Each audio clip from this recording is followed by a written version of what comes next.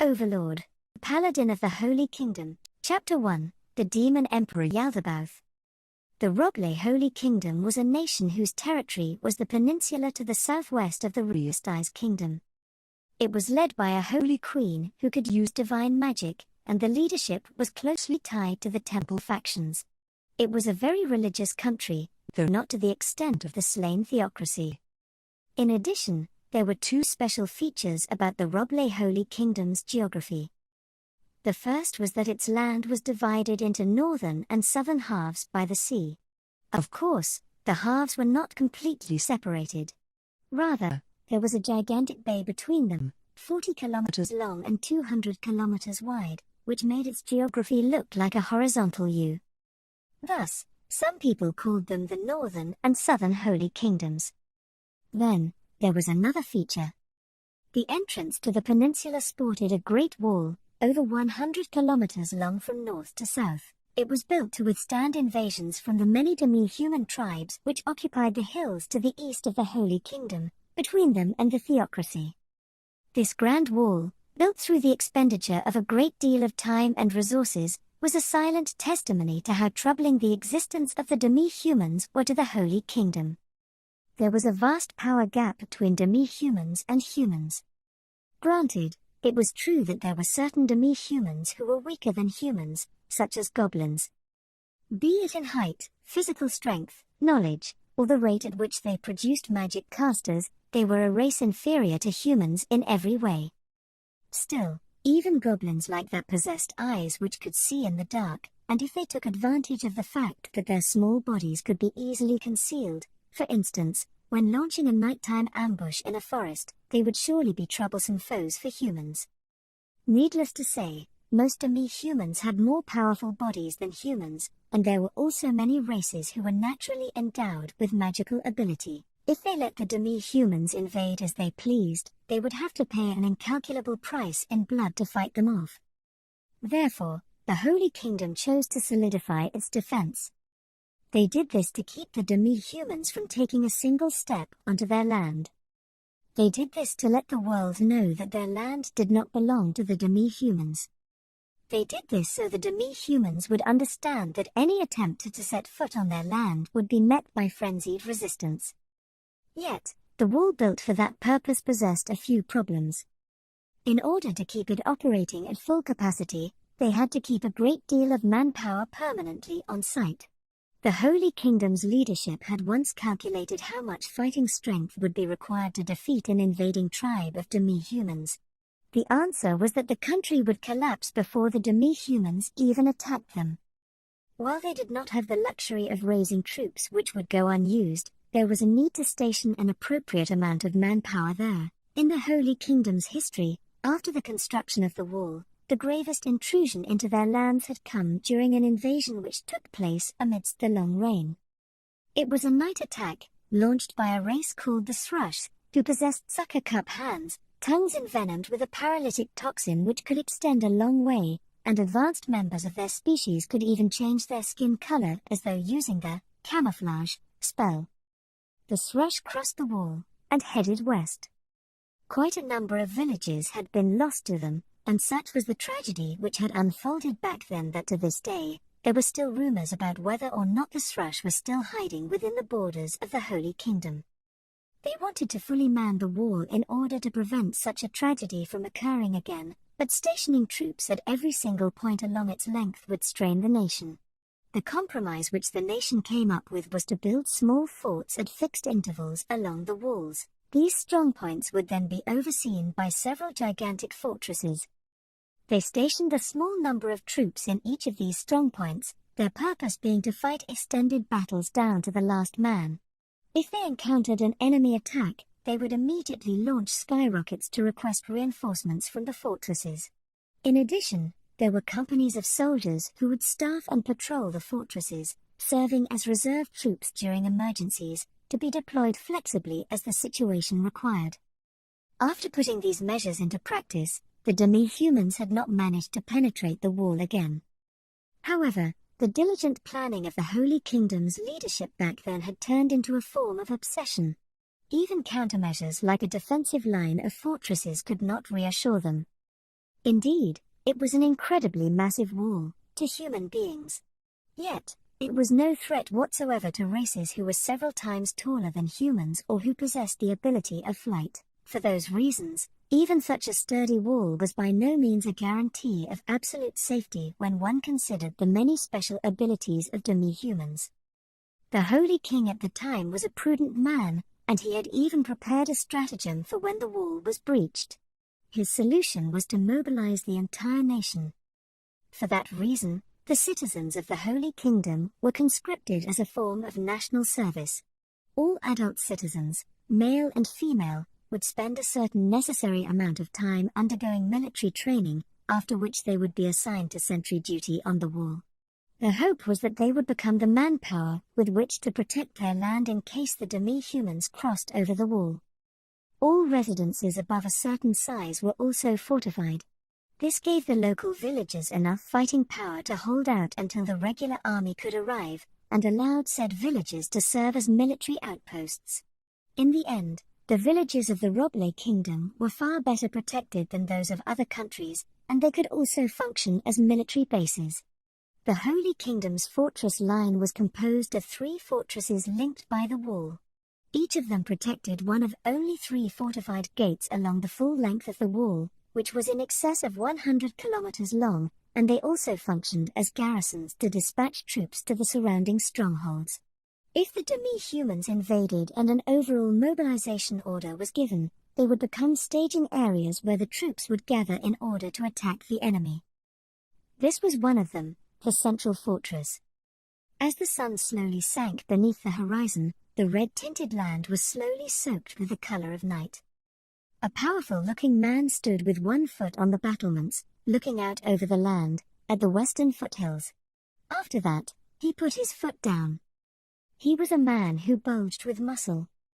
His neck was stout, and his chest muscles were impressive enough that one could sense them even through his thick armor. His powerful arms protruded from his rolled-up sleeves. There was no better way to describe him than athletic, regardless of which part of him one looked at. His face was like a boulder, weathered by harsh conditions, and his thick brows and unkempt moustache spoke of a savage, wild nature. His mighty body and his stern appearance ought to have matched each other, yet his eyes broke that trend. They were tiny and round, beady like those of a small animal, and they felt almost comically out of place. Such a man now looked to the sky. The wind carried the thin clouds at incredible speeds, but even the starry night beyond their gossamer veil could not produce enough starlight to illuminate the land. The man's nostrils flared, and he took a deep breath, smelling the breath of night through the early autumn air, which was flavored with a hint of winter chill. The violet night sky was swallowing the faint light of dusk upon the horizon with a speed visible to the naked eye. The man turned his back to the hills, and looked at the men around him. They were fierce warriors, who trusted him and who followed him. It was because he was surrounded by such warriors that he permitted himself a moment's laxity. After all, the day's work was done and nobody could dispute that. "Oi, has anyone asked the forecaster about tonight's weather?" The question was asked in a mighty voice which befitted his powerful body. The soldiers looked at each other, and one of them spoke up on the group's behalf. "My deepest apologies. Corporal Campano, sir, it seems none of us have heard the report in question." This man, Orlando Campano, was a fairly low-ranked man in the Roble Holy Kingdom's military hierarchy. From bottom to top, the Roble Holy Kingdom's military ranks went from recruit, private, private first class, corporal, sergeant, platoon sergeant, and so on. Of course, different ranks existed in different units, and these were simply the ranks for the regular infantry. Usually speaking, a simple corporal would not need to be addressed as sir. However, the man calling Orlando sir did not do so to mock him. His respect for him was evident in his attitude and tone. Neither was it just that man. Every soldier present, each of whom walked and talked like a skilled veteran of many battles, felt the same way about Orlando. "Really now?" Orlando slowly stroked his stubbly face. "Sir, if time permits, will you allow this one to go and ask immediately?" No need for that. Our job is over now. What happens next is the business of the people after us. Orlando Campano.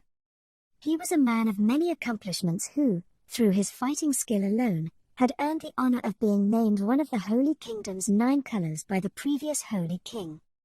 The reason why such a man remained at such a lowly post stemmed from 2 problems which Orlando had.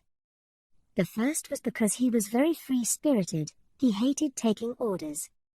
The second was because he was obsessed with fighting skills. When these 2 points came together, they led to a way of life that said, if you want to tell me what to do, beat the crap out of me first. If he met a worthy foe, he would say, you look pretty strong.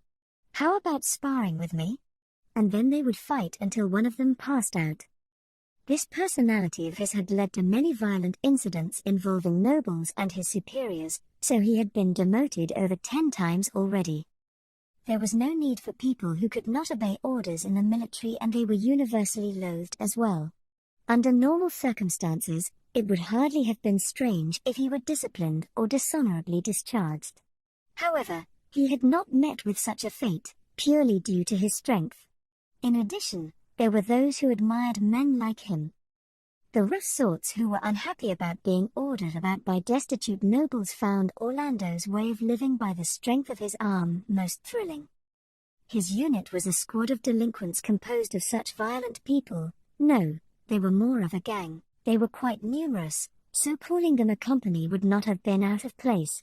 In addition, its members may not have been Orlando's equals, but they were all skilled fighters, which led to him assuming an unofficial post which his superiors could not tolerate, but which they could do nothing about. Orlando glanced around, and after verifying the identity of the man approaching them, a smile appeared on his face, like that of a carnivore about to pounce its prey. That man seemed quite slender in comparison to Orlando's brawny form. However, his was not the scrawniness of a twig. Rather, he had a wiry, steely look about him. If one forged and reforged a man, burning away everything unrelated to his intended function, it would produce a textbook slimness of the kind he embodied. In addition, his narrow eyes were keen, as though he was about to attack at any moment. Then there were his narrow pupils, which did not look like they belonged to anyone engaged in a legitimate enterprise. In polite terms, he was an assassin. In less than polite terms, he was a mass murderer. Speak of the devil, and here he comes. Fancy meeting you here, Night Shift San. Nice to see you. The other man made no sound as he approached them with silent footsteps. He was dressed very differently from Orlando. Orlando and the men around him wore suits of heavy leather armor made from the hides of magical beasts called lanka cattle. In addition, they carried small round shields and single-edged swords, the standard outfit of the Holy Kingdom's superior troops. Incidentally, Orlando was the only one who had 8 of those swords at his waist.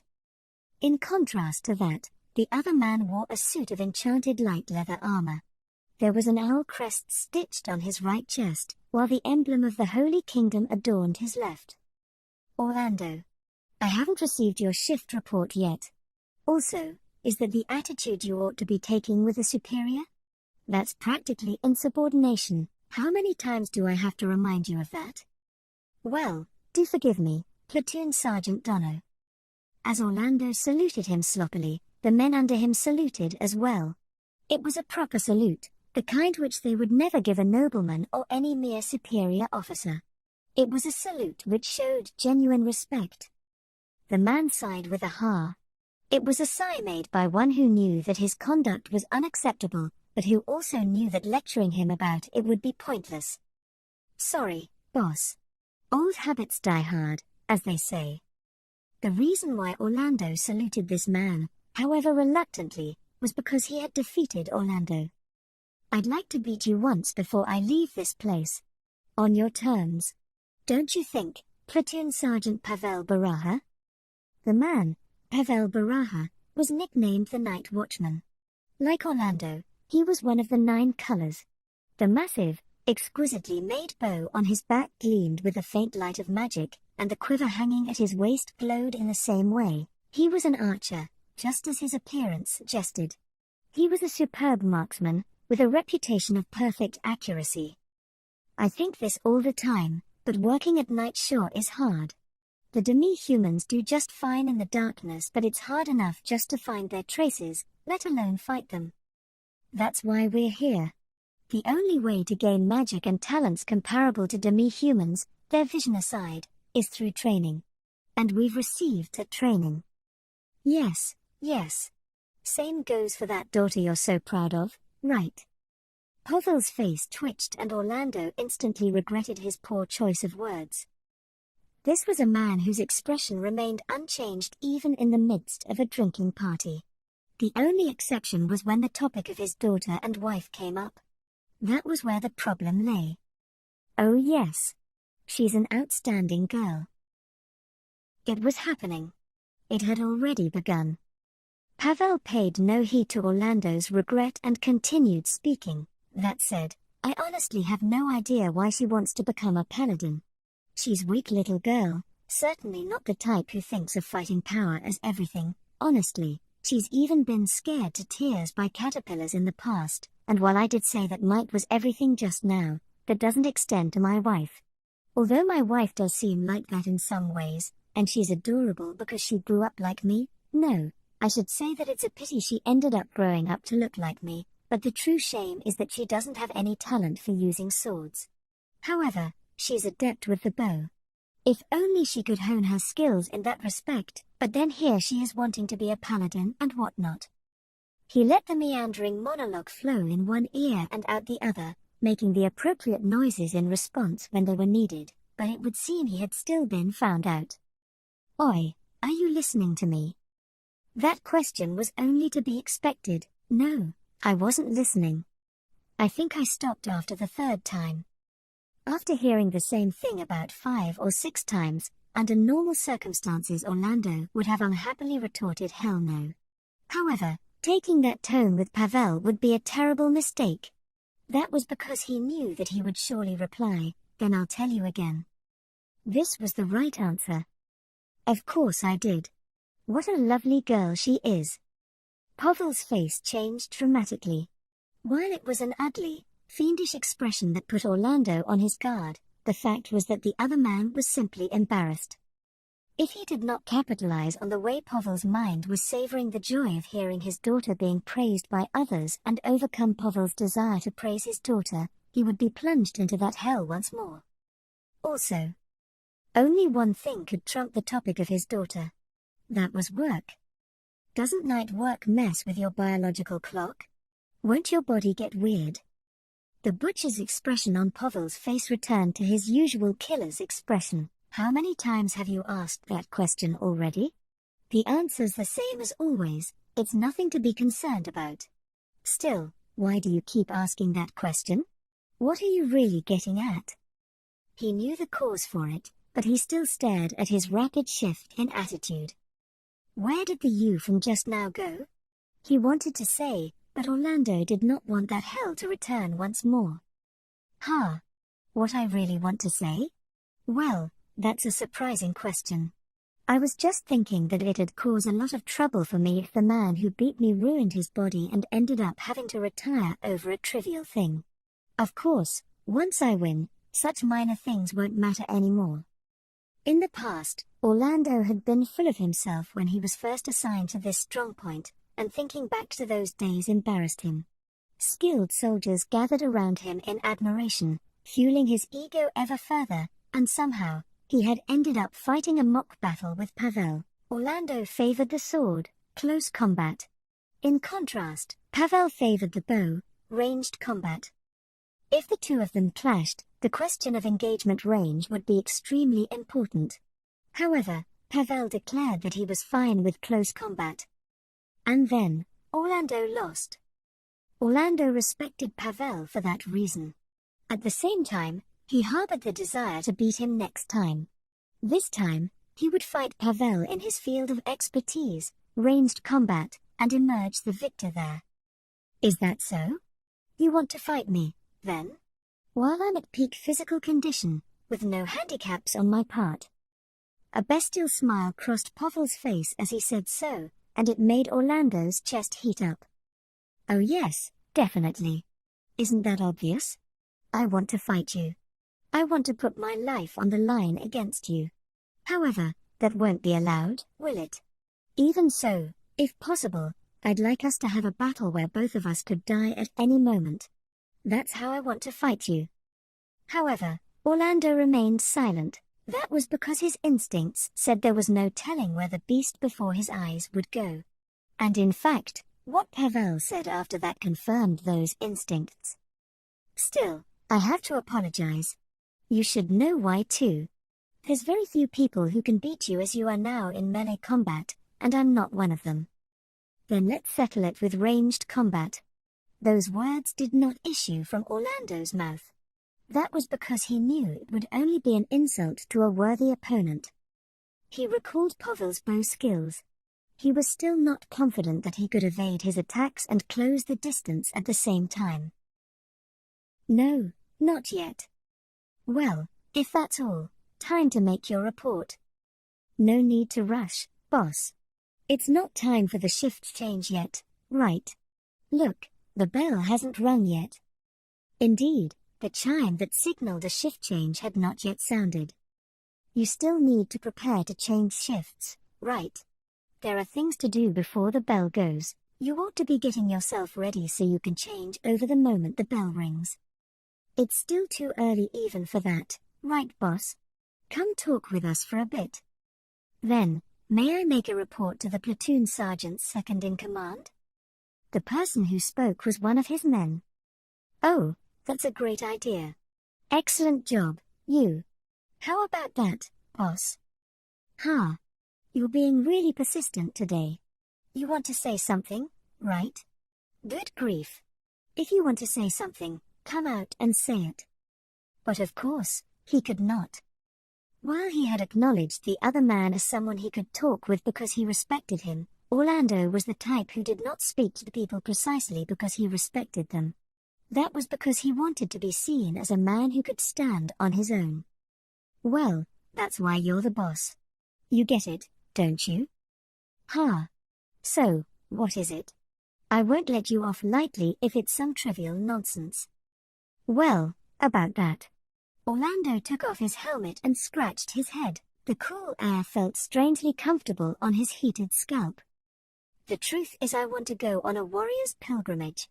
So can I leave this place?" He could hear the gasps of surprise from all around him. However, the expression on the slender man in front of him remained unmoved. "Why tell me?"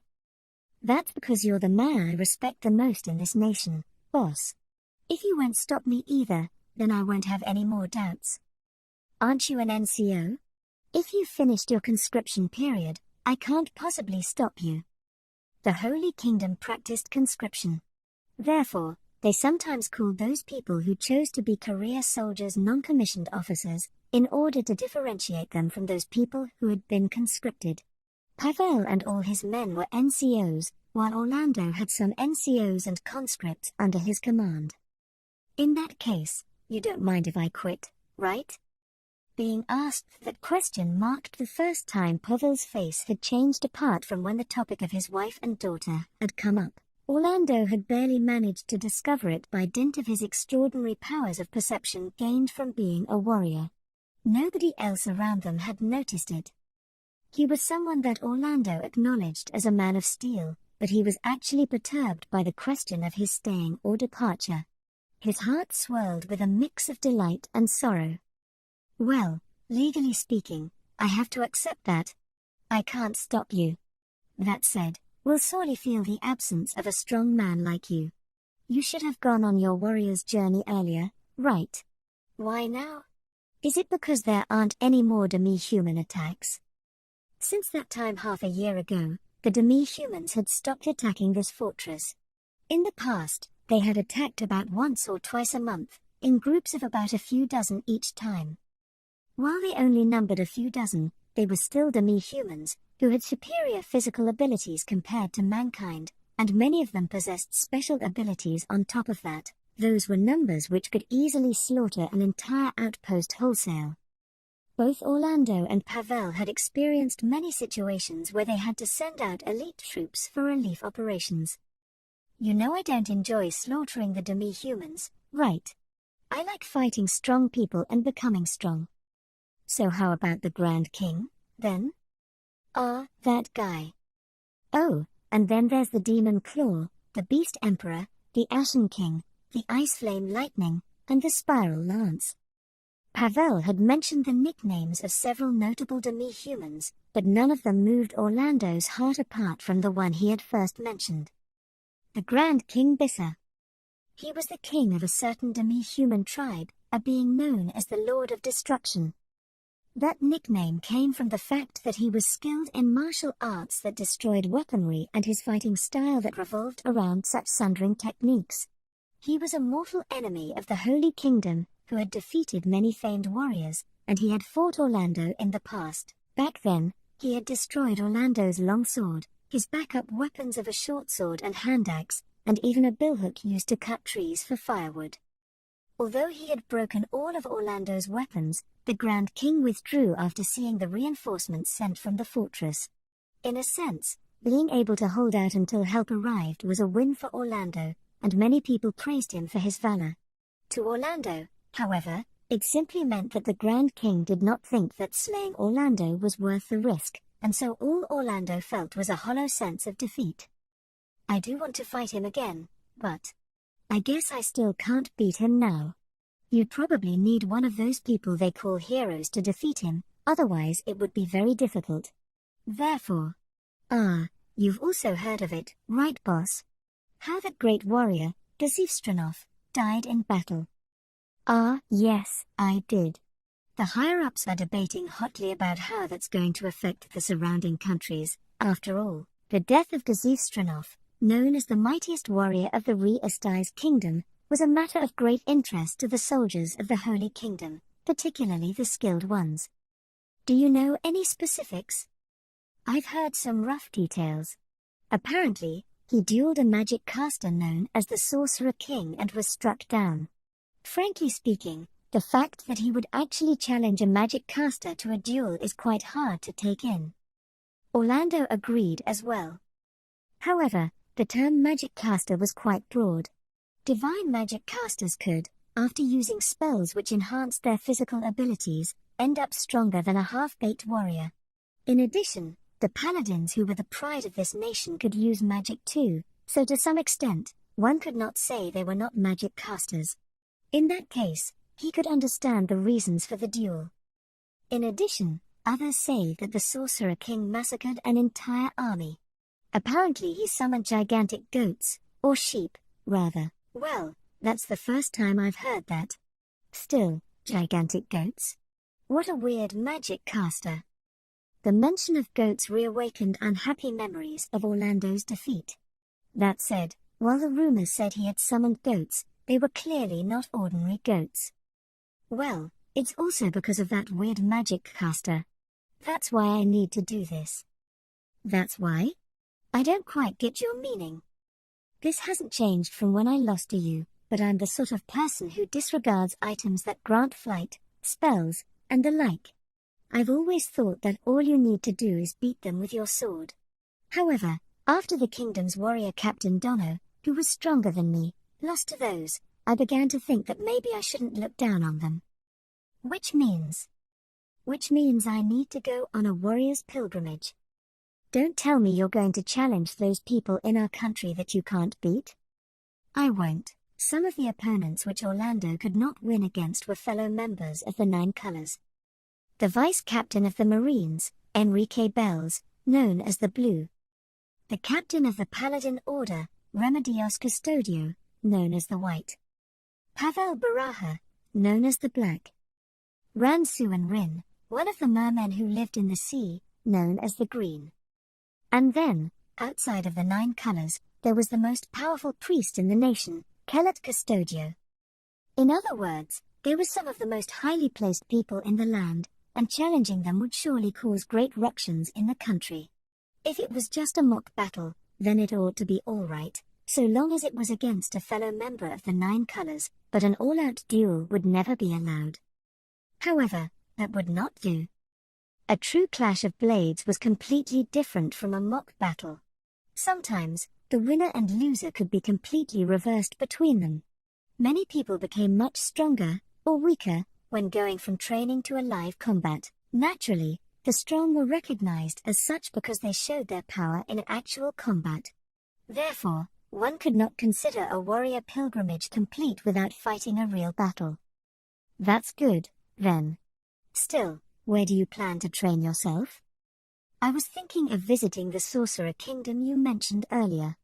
It seems there's powerful undead there. The Sorcerer Kingdom of Ain's All Gown. It would have taken an incredible attention seeker to actually name a country after themselves, but it was not entirely unthinkable. More to the point, it was a fact that the person who had done so had the power to back it up. I've heard of it from the merchants who travel between the kingdom and the Holy Kingdom. Thanks to the teachings of the Holy Kingdom's temples, the common man both hated and despised the undead. Even Pavel was no exception. No, Orlando thought. Pavel did not hate them because they were the enemies of the Holy Kingdom, but because they were his wife's enemies. However, he could not bring that up. While he did not lose himself in chatting about his wife as he did with his daughter, he still spoke far too much. The Holy Kingdom's stance is to tacitly acknowledge the existence of the Sorcerer Kingdom, right? They say it's okay for people of the Holy Kingdom to go over there, right? There was no way to hide the fact that the Sorcerer Kingdom, with its armies of the undead, was an intolerable foe of the Holy Kingdom. Many people had urged them to send out troops when they thought of how the people in the Sorcerer Kingdom's capital of Rantel must be suffering. However, the Holy Kingdom presently faced the threat of the demi-humans, and they would not be able to conduct military operations in other countries without first pacifying the hill region. The feelings of the people aside, the leadership's response to the Sorcerer Kingdom did not escalate beyond half-hearted criticism. The Sorcerer Kingdom, Well, if you apply to the brass, you ought to be able to go over there as a member of the army. They view the Sorcerer Kingdom as a threat second only to the demi-humans. It seems they want to ally with the theocracy against them. Really now? It seems there'll be a lot of problems due to religious differences, then. Yes, precisely. Well, that aside, if your affiliation doesn't change, you can receive the country's aid and you can skip those annoying immigration checks. I think. If you go over, you'll be a godsend to the people who want to know more about the inner workings of the Sorcerer Kingdom. Well, wouldn't that be nice? Still, if I did that, I couldn't just go around picking fights. The way you say that so seriously is really headache-inducing. I guess it'd be hard on you if it became an international incident, huh? The cold wind blew past them. For a while, Pavel went silent, his expression unchanged, but after that, he began muttering unhappily, as usual. I'm going to miss that ugly face of yours. Orlando smiled wickedly. It was a ferocious, bestial grin, but he was being uncharacteristically shy. Pavel had not said, "Don't go," but neither had he said, "Go." He decided to make sure that he would have somewhere to return to. Sorry about that. Well, I'll come back after I become stronger. Want me to train you up at that time? Fancy you saying that. As Orlando chuckled, Pavel laughed back at him in turn. Their laughter was every bit as ferocious as two wild beasts growling at each other. Just then, the bell rang. It would seem that it was time to change over to the night shift. They had spoken at great length, so they would wrap it up with one more thing. As Orlando thought that notion evaporated from his mind as the bell continued to ring. Pavel, followed closely by Orlando, looked to the hills. Those bells meant demi-humans sighted. Their visibility was clear up to over 400 meters away. In the past, there had once been forests and trees there, but the country had conducted a massive landscaping project as part of the wall's construction to flatten it out. However, at the furthest reaches of the expansive plains, where there were hills and other obstructions, they saw sparkles in the darkness and moving black shadows. Boss. It was impossible for Orlando to discern the true identities of those demi-humans at this distance while in the dark. Therefore, he called on the man with the keenest eyesight. Yes, they're demi-humans. Snakemen, Pavel immediately answered. Snakemen had heads like a cobra and scaly, humanoid bodies, as well as tails. They were demi-humans that were considered close relatives to lizardmen.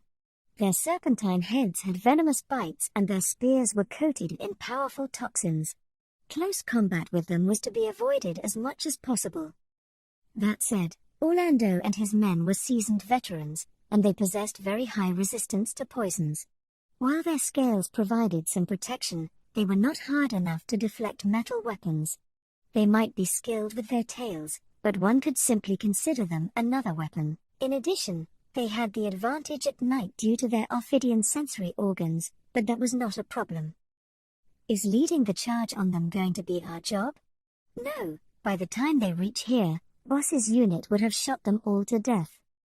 Snakemen despised cold objects, so they did not use metal armor and other such items. As a result, it was a simple task for first-rate archers like Pavel and his men to fill them full of arrows. So how many of them are there, boss? Usually, there would be less than 20 of them. Boss? Orlando was briefly puzzled by the lack of a response. He looked at Pavel and saw a look of clear vexation on that typically blank face of his. What's wrong, boss? There's more of them? Could this be? This is bad. I've spotted members of other species. Armats, ogres, and are those cabins? What did you say? There were all kinds of demi-humans in the hill region, but they did not have good relationships with each other. On the contrary, they often fought over territory, and apart from cases where ogres took goblins as slaves and cruelly used them, these races very rarely worked with each other. There had even been cases where some of them had attacked the Holy Kingdom after being driven from their lands. Then this ought to be the same thing. Because if it was not a big invasion? He did not know who had said that. Perhaps the person saying so might have thought he was speaking to himself, but it sounded clear enough to his ears. Orlando, I've got something to ask you. There was tension in Pavel's voice. No, that was only to be expected. Race, culture, and religion. Just as how there could be many nations composed of members of the same species, creating a cohesive nation was a very difficult task. It was even more difficult when the species of the members were different. Therefore, uniting the demi-human tribes in the hills was a nigh impossible task. If that was what had happened, that would mean the beginning of a battle for the Holy Kingdom's survival. After that, Orlando's body trembled uncontrollably. Uniting all these races would require obvious power.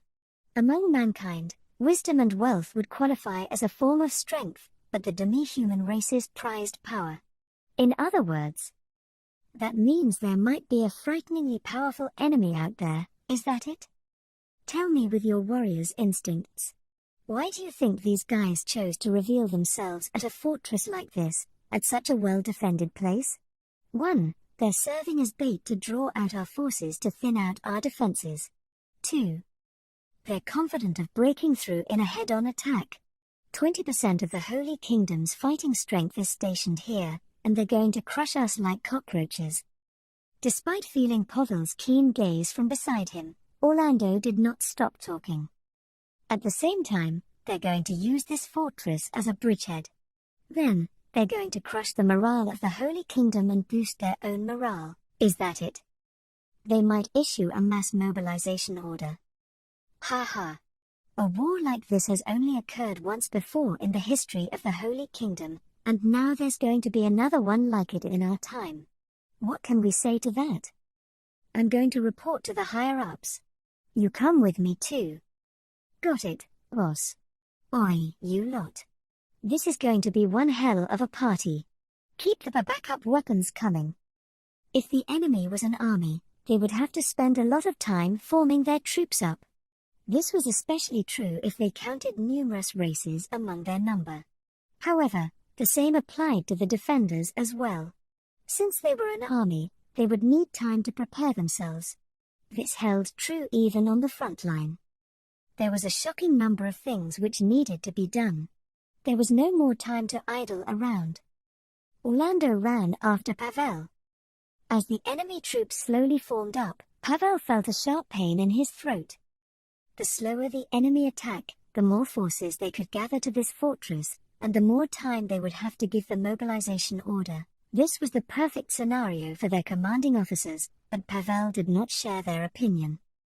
There were demi-humans with intellect that surpassed humanity. Surely the commander of such a vast army was no fool. In that case, he would know that giving their opponent time to prepare was a disadvantageous thing.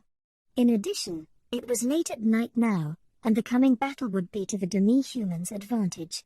It would be the same even if they lit bonfires. Pavel looked at the enemy lines 400 meters away. While they were organized by species, no consideration seemed to have been given to things like the weapons they wielded, their respective tactics, their various racial characteristics, and so on. In all likelihood, the demi-humans were not marching under the same flag. Otherwise they would have fielded a more logical battle line. Or was this something like an oligarchy, an alliance of demi-humans led by a council of equals? Can't quite make it out, boss. Can you see the enemy commander? No, I haven't spotted their leader yet. His men had not reported sighting anything like that so far. However, there had to be a commander. Otherwise, even forming up into units would be very difficult. He can't keep hiding forever. He'll surely show up on the battlefield. Given the nature of demi-humans, their leaders were strong, and they would show up to flaunt their strength. That would be the best time for Pavel to work. Pavel clutched his bow. It was a magical composite longbow, infused with enchantments specialized against demi-humans. In addition, he also had a mantle of shadow, suitable for blending into shadows and conducting ambushes, boots of silence, which eliminated the sound of his footsteps, a vest of resistance, to improve his resilience against various attacks, a deflection ring, to protect him from ranged weapons, and many other such items. These were a sign of how much Pavel's nation valued him. You lot. Prepare to shoot at any time, he ordered his subordinates, who were hidden beside him as though they had vanished into the night. If they were humans, they would exchange envoys to read out declarations and pronouncements. That was a characteristic of wars between nobles. However, nobody from the Holy Kingdom who was quartered in this fortress, the generals included, wanted to parley with the demi-humans of the hills. At the very most, they would hold talks to deceive them, or something like talks in order to buy time, and once they spotted the enemy commander they would shoot him dead on the spot. You ought to be heading back to your unit now. I'll do that. Take care, boss. Are you too? A wisp of unease wound through Pavel's heart as he watched Orlando leave. Some demi-humans possessed lethal special attacks. For instance, the mystic eyes of the giant Biclops. These demi-humans had unbalanced faces and a pair of disproportionately massive eyes. One of these mystic eyes contained the ability to charm their foes. Its victims would unconsciously approach the opposition. Indeed, they would disregard the fact that they were on walls to take the shortest path towards the demi-human who had enthralled them. Usually, they would be equipped with magic items to improve their resistance to such special abilities, but Orlando had not been furnished with such items. If his luck was bad, he might be taken out in one shot. He closed his eyes to clear away his unease, and a woman's figure appeared in Pavel's mind. She was one of the 9 colors, the woman known as the White. She worries me too, but in a different way. She's clueless and often gets the people around her in trouble. That's why Pink has it so hard. Why does my daughter want to join her? Wouldn't it be good enough for her to just normally meet a good man, fall in love with him and then marry him? No. He shook away the worry for his daughter that swelled in his heart. At the same time, he looked back at the demi-human lines, to change his mood. He did not know how many demi-humans stood at the foothills, but there were many flags waving there. Those flags were not camouflage. The sole 3rd-tier magic caster in this fortress had already verified it from the sky. In other words, there really were that many combat units gathered here today. Things would not end with a simple staring match. Pavel began his usual ritual. He took out a carved wooden doll from his breast pocket, and then kissed it. This was a figurine his daughter had made when she was 6.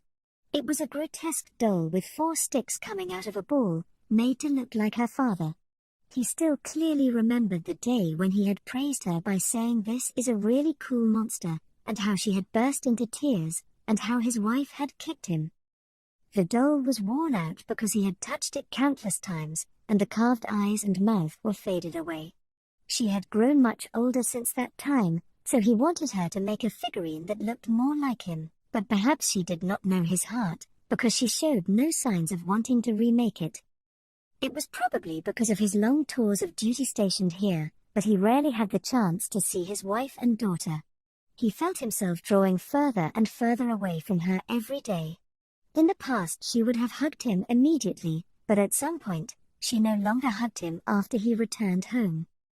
She's grown independent of her father, his wife had smiled, but this was a big thing to Pavel. If I could take 2 months' leave, I'd like to go camping as a family, like we used to. His daughter would listen with rapt attention whenever he taught her his ranger knowledge. That was what he was aiming for. That said, he knew it would probably not work out. He put the doll back into his pocket. His daughter was rarely home due to her aim of becoming a paladin. When Pavel returned to his home after a long absence, his daughter was often away. It would be best if she married a neighbor after all. No, someone who lived a little close by, or no, someone who stayed in the vicinity. A paladin's way of life was the least suitable for his daughter. He had been observing her all this time, so he was sure of it. His daughter had chosen this path because she admired how her mother looked as a paladin. However, that was not enough to be a paladin. Only a knight who physically expressed the justice they believed in could be called a paladin. Therefore, although he did not say it, largely because his wife was very scary, to him, paladins were essentially zealots. I wonder if my girl knows that. Well, I don't want her to know. That really is an incredible number out there. His adjutant muttered to himself under his breath, which brought Pavel to his senses. Ah, that's right. Still, there's no need to be scared. All you need to do is support me. In addition to his adjutant, the mood from the men around him relaxed somewhat. That's right, that's it. Tension is the archenemy of sniping. And just as Pavel broke his own blank face, although he did not realize it, with a thin smile, there was movement in the enemy lines. A lone demi-human slowly stepped forward. Despite the many demi-humans around him, he was unescorted. Did he not need an escort, or was he full of arrogance, or perhaps he was a messenger whose death would not be missed? Should we shoot him? Not for now. But move to a place where it'll be easy to shoot and then wait for my order. After quietly giving his orders, his men sped away in droves, like lengthening shadows. Was he the enemy general, or just a simple messenger? Pavel studied him carefully to find out. That demi-human. What species does he belong to? Doesn't feel like I've seen him before. And what's with those clothes? Is it a tribal outfit? Is that mask something like that too? He was definitely not human. There was a tail coming from behind his waist. The problem was the demi-human's clothes. One could think of it as a tribal costume, and indeed, it felt like it might have been something like that. However, even at this distance, one could tell that the clothing was of excellent make, even when compared to that of humans. Highly civilized demi-humans are very troublesome. It was not just Pavel. All the soldiers waiting on the walls gulped as they watched every move the demi-human made. Amidst the oppressive mood in the air, the demi-human approached to within 50 meters of his location. That's far enough. Any further and you'll be encroaching on the Holy Kingdom's territory. This is no place for you demi-humans. Leave at once. The voice was loud enough that even Pavel, who was some distance away, felt it was loud. It came from the man in command of the fortress, one of just 5 generals in the Holy Kingdom. He imagined he could feel the voice of the man in unadorned, battle-scarred armor resonating in his gut. The reason why he only had 1 staff officer by his side was probably because he did not intend to get the others caught up in it if the enemy launched an attack. In their place were many troops with tower shields hidden behind them, ready to rush out if anything happened. In contrast, the demi-human's voice was gentle and pleasing to the ear. It seemed to worm its way into every man's heart. Even at this distance, it still reached Pavel's ears. That we already know. Now then, may I know who you are? I'm the general in charge of this fortress. Who are you? There was no need to tell the opposition that. Pavel frowned, but he already knew that the general was not a shrewd man. Therefore, he should have regarded this outcome as inevitable. I see. Since you have given your name, I fear it might be rude not to respond in kind. Greetings, ladies and gentlemen of the Holy Kingdom. My name is Yaldabaoth. Could it be? The man who shouted was the staff officer near the general. The archfiend Yaldabaoth. Are you the demon who led an army of demons in that disturbance in the kingdom's royal capital? Oh, I am honored that you know my name. Indeed, I was the architect of that magnificent feast in the Riesti's kingdom. However, the title of archfiend is quite saddening. Yes, I was wondering if you could address me as the Demon Emperor Yaldabaoth. Pavel tasted that phrase, Demon Emperor Yaldabaoth. It was a truly arrogant title, but given the many demi-humans it led, and after thinking back on what he had heard about the disturbance in the royal capital, the title might be well deserved. Damn you. Are you laying your designs on us after what you did to the kingdom? No, that is not quite right. It is because I met a fearsome warrior in the kingdom. Yaldabaoth shrugged boredly. There was an indescribable sense of style to that movement, and it made Pavel imagine he was looking at a human noble for a moment. Well, do permit me to keep that knowledge to myself. Then what business do you have here? Why did you lead these demi-humans to this place?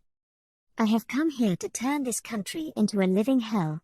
I wish to make this country one which echoes with cries, curses, and screams everlasting. However, making sport of millions of human beings individually is impossible, and so I have brought them along. In my place, they will plunge you pitiful humans shoulder deep into a morass of despair, in order to draw wails of regret and suffering from you all. Yaldabaoth said so very happily. At this point, Pavel learned the meaning of evil. What the holy men shouted about the wicked demi-humans was nothing more than propaganda to raise fighting spirit. It was practically sleep-talking. From a detached point of view, demi-human invasions were nothing more than going to the farm to feed themselves. Terror filled Pavel's body. At the same time, he made up his mind. He would not allow that demon to set foot upon the Holy Kingdom's land, where his wife and daughter were. He tightened his grip on the bow in his hand. If Yaldabaoth's words were intended to intimidate them, then they had been a complete failure. Humans were not cowardly and weak creatures. They would let him taste the foolishness of underestimating humanity with their vicious counterattack. The people here possessed the iron will to defend the Holy Kingdom, and even if it had rusted a little in the past few years, they were still fiercely devoted to their home nation. Do you think we'd let you do something like that? Listen now, Yaldabaoth the fool. The general barked. Indeed. He was barking. This is the first line of the Holy Kingdom's defense. It is also the last line of its defense. Beyond us lies the peace of the Holy Kingdom's people. Did you think we would let you trample it as you wish? The nearby soldiers shouted, "You!" in response to the general's bellowing. In that moment, their fighting spirit flared up. Pavel would have cried out as well if he were not hiding himself, and perhaps his subordinates, whose bodies trembled faintly, felt the same way. However, a round of out-of-place applause threw a damper on that. After clapping for a while, the demon spoke up. Watchdogs which guard the cradle, I cannot say I disapprove. It is very important to protect things. Yes, I approve very much. That being the case, I shall give the people I capture here the finest possible reception. The way he laughed as he spoke made him sound like he was enjoying himself. Yaldabaoth did not speak particularly loudly. Therefore, it would have been understandable if his voice did not carry over to where Pavel was. Even so, the words reached him with a mysterious clarity, as though they were coming from behind himself. Don't worry about it, that might be the work of magic. Spells and magic items which amplified sound existed, and it was very likely that Yaldabaoth was using those. However, he could not escape the unpleasant feeling which seemed to adhere to his back. I will not accept surrender or anything of the sort. Entertain me to the best of your ability. Now then, let us begin. Pavel gave his subordinates the order to shoot. There was no need to wait for the general's commands. They were permitted a degree of independence, because opportunities to snipe the enemy commander were not readily available. Waiting for approval from their superior might result in them missing their chance. Pavel stood up. The men around him followed suit. It took only a moment to lock onto his target. A distance of 50 meters was essentially point-blank range to Pavel. He drew his bow, filled with the intent to kill, and Pavel felt Yaldabaoth's eyes meet his through the mask. We won't give you the time to flee or defend yourself. If you want to blame anything, blame your own arrogance for coming out onto the front lines alone. Loose. 51 arrows flew out in time with Pavel's voice. Their enchanted bows discharged magical arrows. The flaming arrows left red lines hanging in the air, blue trails lingered behind the ice arrows, the lightning arrow's path was marked in yellow, green streaks followed in the wake of the acid arrows, and Pavel's own holy arrow traced a white trajectory as they all soared through the void. The arrows loosed from the fully drawn bows traveled flat paths as they streaked through the air, each one striking Yaldabaoth's body without deviating in the slightest. Pavel's shots were exceptionally potent, and after being enhanced with his martial arts and his skills, each of them possessed power comparable to a mighty downward slash from a heavy trooper. If he were hit by this, even a man in full plate would be knocked back and sent rolling over the ground. However, Yaldabaoth did not move in the slightest even after taking 51 arrows. And then, something happened which made him doubt his eyes. The arrows which should have punched through his body fell to the ground. What? Is he defended against projectiles? Pavel quickly knocked his second arrow as he thought about how Yaldabaoth had defended against those arrow shots. Some monsters were able to nullify attacks through their special qualities. For instance, lycanthropes and the like were nigh invulnerable if one did not use silver weapons against them. He considered that Yaldabaoth might have a similar ability. In that case, what sort of attack could breach Yaldabaoth's defenses? The arrow he had launched just now was made of steel, and it was enchanted with holy power that was especially effective against those of evil alignment. While it was said that demons could not defend against it, there was no denying that Yaldabaoth had proven immune to it. In that case, it would be best to use other arrows to learn more about the opposition, tearing down his veil of mystery to chart a course for victory. Pavel readied a silver arrow next. It too was imbued with righteous power.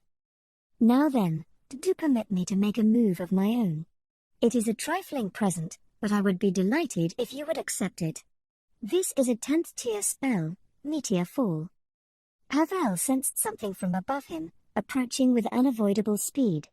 Looking up, he saw a mass of light.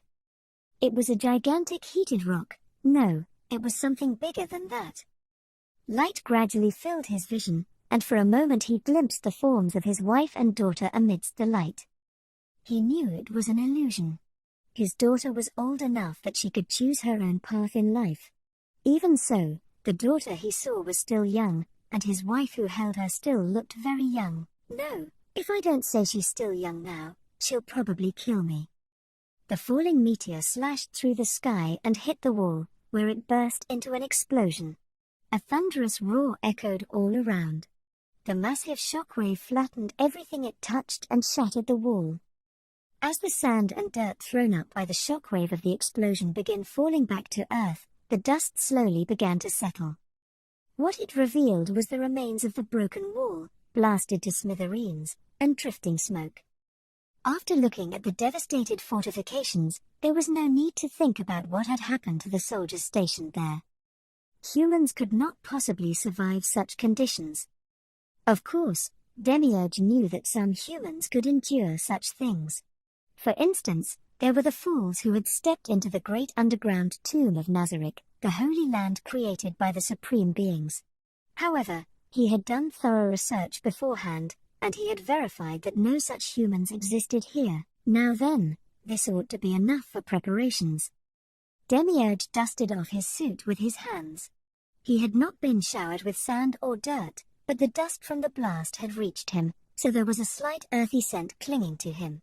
No, he would have done so even if that had not been the case. After all, this was a valuable item from the great being who had made him. Of course, Demiurge had many other clothes besides this set, but that did not mean that he could treat it carelessly because of that. As he thought of his mighty creator, he smiled behind his mask, and then looked out at the pitiful humans. If he followed up with an attack, the enemy's confusion would become that much more apparent, and at that point, the demi-human assault would cause a complete rout. However, he had not used that spell just now for that purpose. Demiurge could only cast a very small number of spells. There was only one other 10th tier spell available to him. His true power lay in his skills, and while he had used that spell just now to conserve his strength, the scene before his eyes was sufficiently tragic as it was. There was no sign of a counterattack. It would seem they were desperately trying to collect information and regroup. Their commander is not dead. And their confusion doesn't seem because they're suspicious of us. Are they really all right? Demiurge turned his back to the humans, walking back to the formation of his slaves. He was not even on guard against the possibility of being attacked from behind. He could afford to be this lax because of all the information he had gathered. Demiurge was very strong. Indeed, he might be ranked lowly among the Floor Guardians, but he was confident of victory in battle. That was because he knew that battles were fought because one was confident of winning them.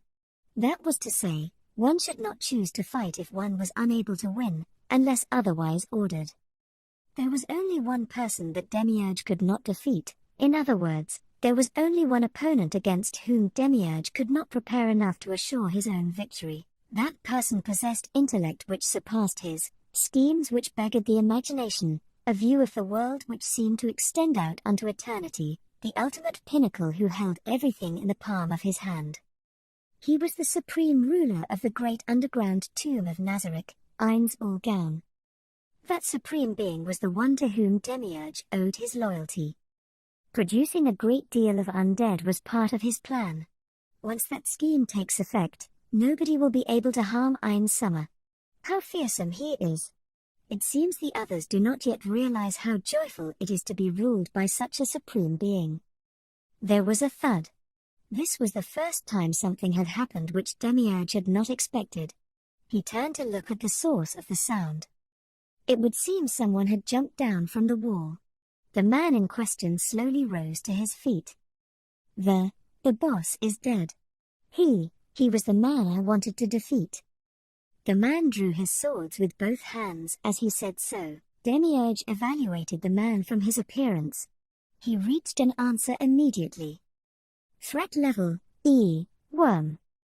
Error probability, E, none at all. Importance, E, guinea pig. In other words, he was nothing but trash.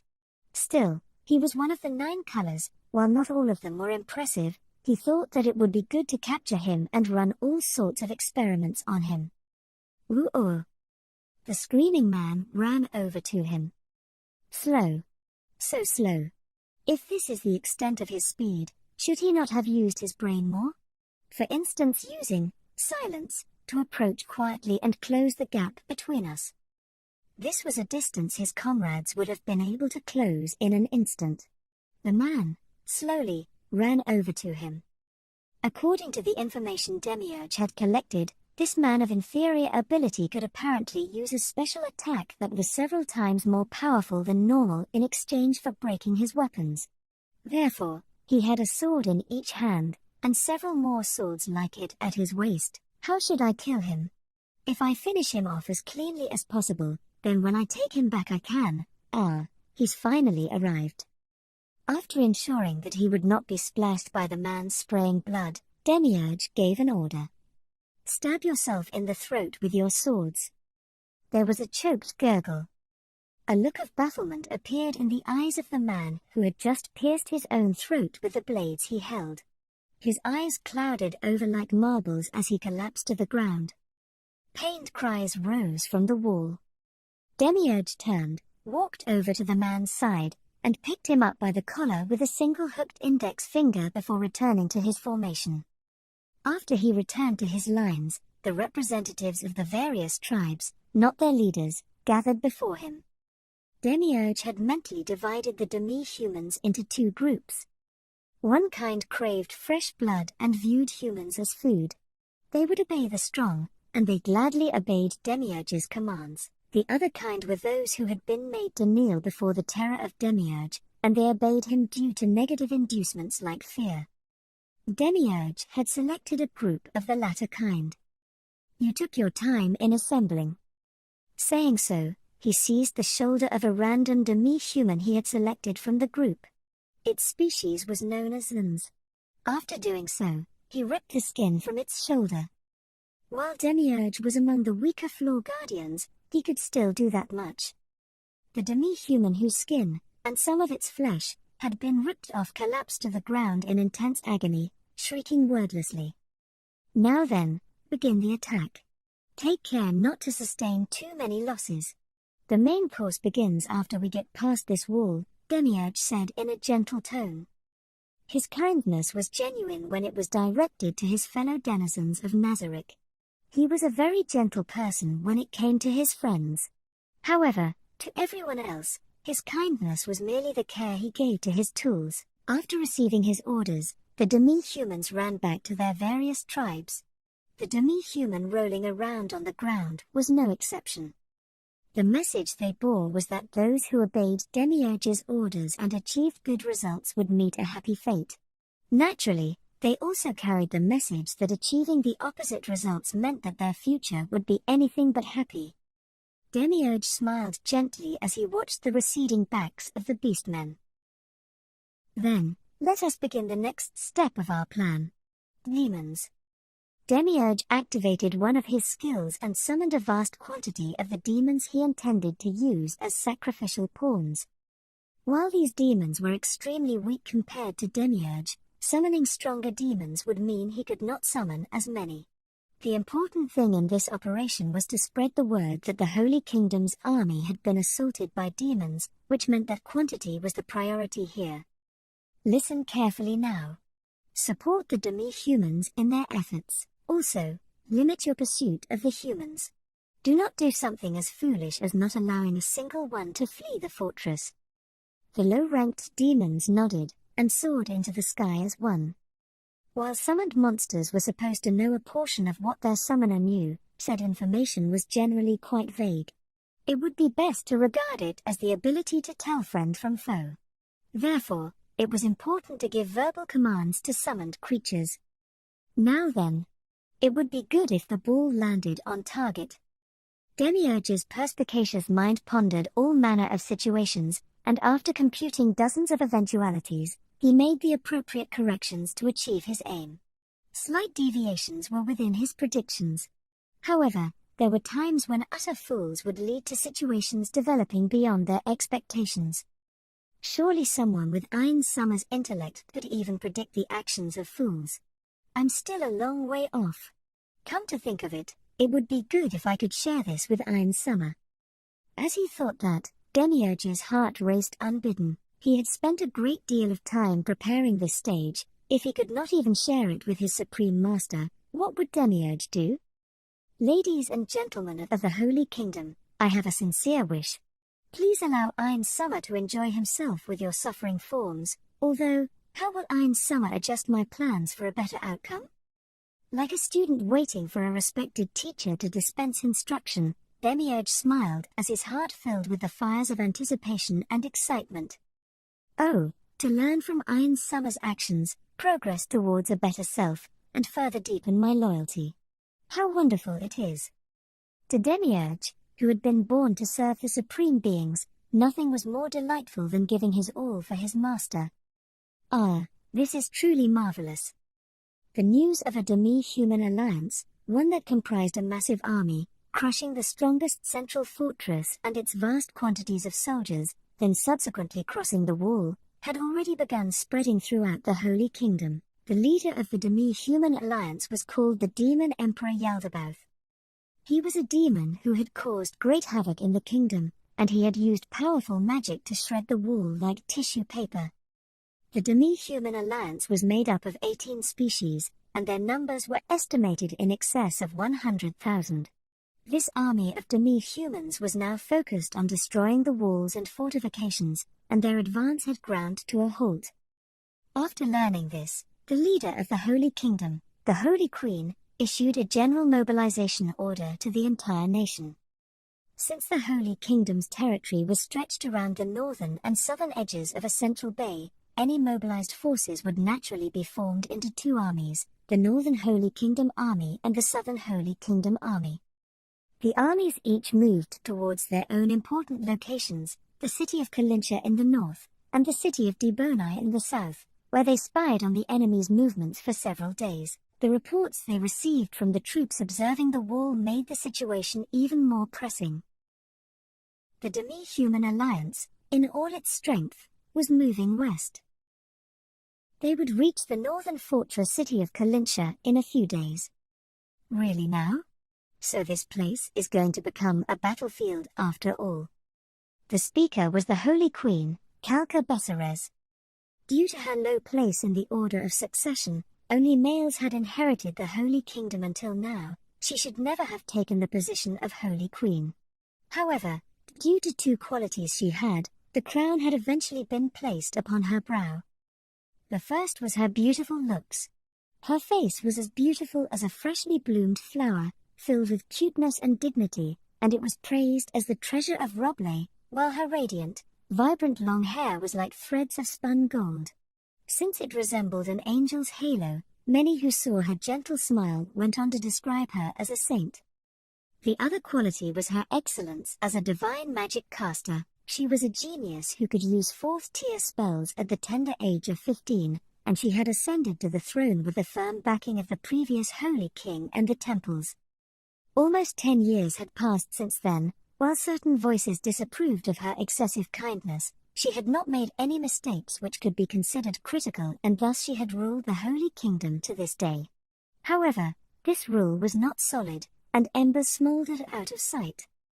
I understand your sadness, Kalka-sama, but the people who live in Kalincha do so because they have prepared themselves for a day like this. In the past, there was also that battle, where this city was the heart of the fighting. That's why the walls here are even taller and sturdier than anywhere else. The person trying to console her was a woman with brown hair. While she was as beautiful as the Holy Queen, her eyes contained a cold, razor-sharp look, like the edge of a blade. She was dressed in a suit of silvery full-plate armor and a surcoat. These were the traditional vestments of the Paladin Order's captain, an ancient article of magical masterwork. The most important thing was the sword at her waist, whose name was known to everyone in the Holy Kingdom. It was renowned as one of the 4 holy swords, the Holy Sword Sepharisia. One of the 13 heroes, known as Black Knight, was said to have carried 4 swords, the evil blade Hyumeles, the demonic blade Kilonerum, the blade of Rot Dabble, and the fatal blade Sphes. This was one of the 4 swords which existed as a counterpart to them. Incidentally, the other 3 holy swords were known as the Sword of Law, the Sword of Justice, and the Sword of Life. Wielding a powerful sword often led to one becoming drunk on its power and neglecting the fundamentals of swordsmanship. Therefore, the fact that she carried that sword which she would normally never carry was a sign of her unshakable determination to join the upcoming battle, and to win it. Her name was Remedios Custodio. She was a close friend of Kalka, and as the strongest captain of the order in history, a feat founded upon her fighting prowess. She was white of the 9 colors. Yup. And we've also sent all the non-combatants off to take shelter so there won't be casualties among them. Rather, don't you think the more pressing problem after the war will be the expenses incurred during the fighting? The person going yufu in an indecent way was a woman. While the shape of her eyes and mouth varied slightly, Her face still bore a close resemblance to that of Remedios. However, those faint differences were enough to change the impression others had of her. She always looked like she was plotting something, or in less polite terms, that she was surrounded by a sinister air. She was Remedios's sister, younger than her by 2 years, Kelet Custodio. She was the high priestess of the temples, and leader of the priesthood. It was public knowledge that she could use divine magic of the 4th tier. However, that was but a deception. Those close to her knew that she could cast 5th tier spells. Incidentally, she was not one of the 9 colors.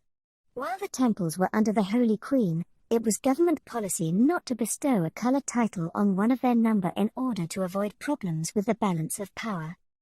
These sisters were known as the Genius Custodio sisters, the twin wings of the Holy Queen.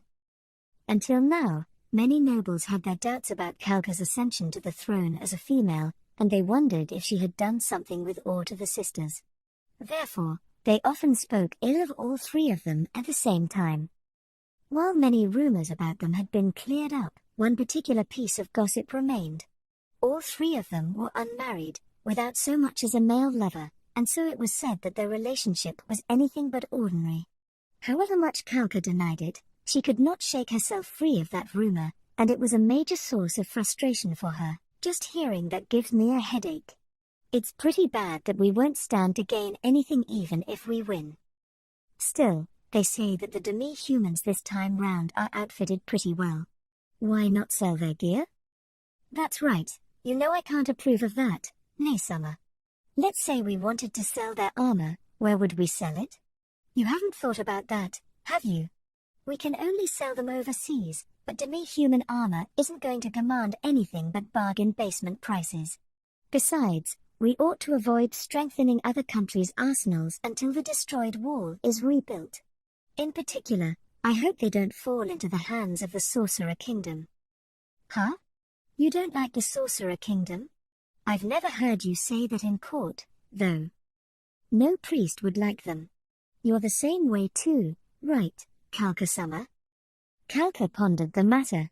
As part of the clergy and the Holy Queen, she disliked them, however, as a head of state. A king's duty is to love his nation, love his people, and grant them peace. As long as he does that, it should be fine, right? The sisters looked at each other in front of Kalka. Love? No way.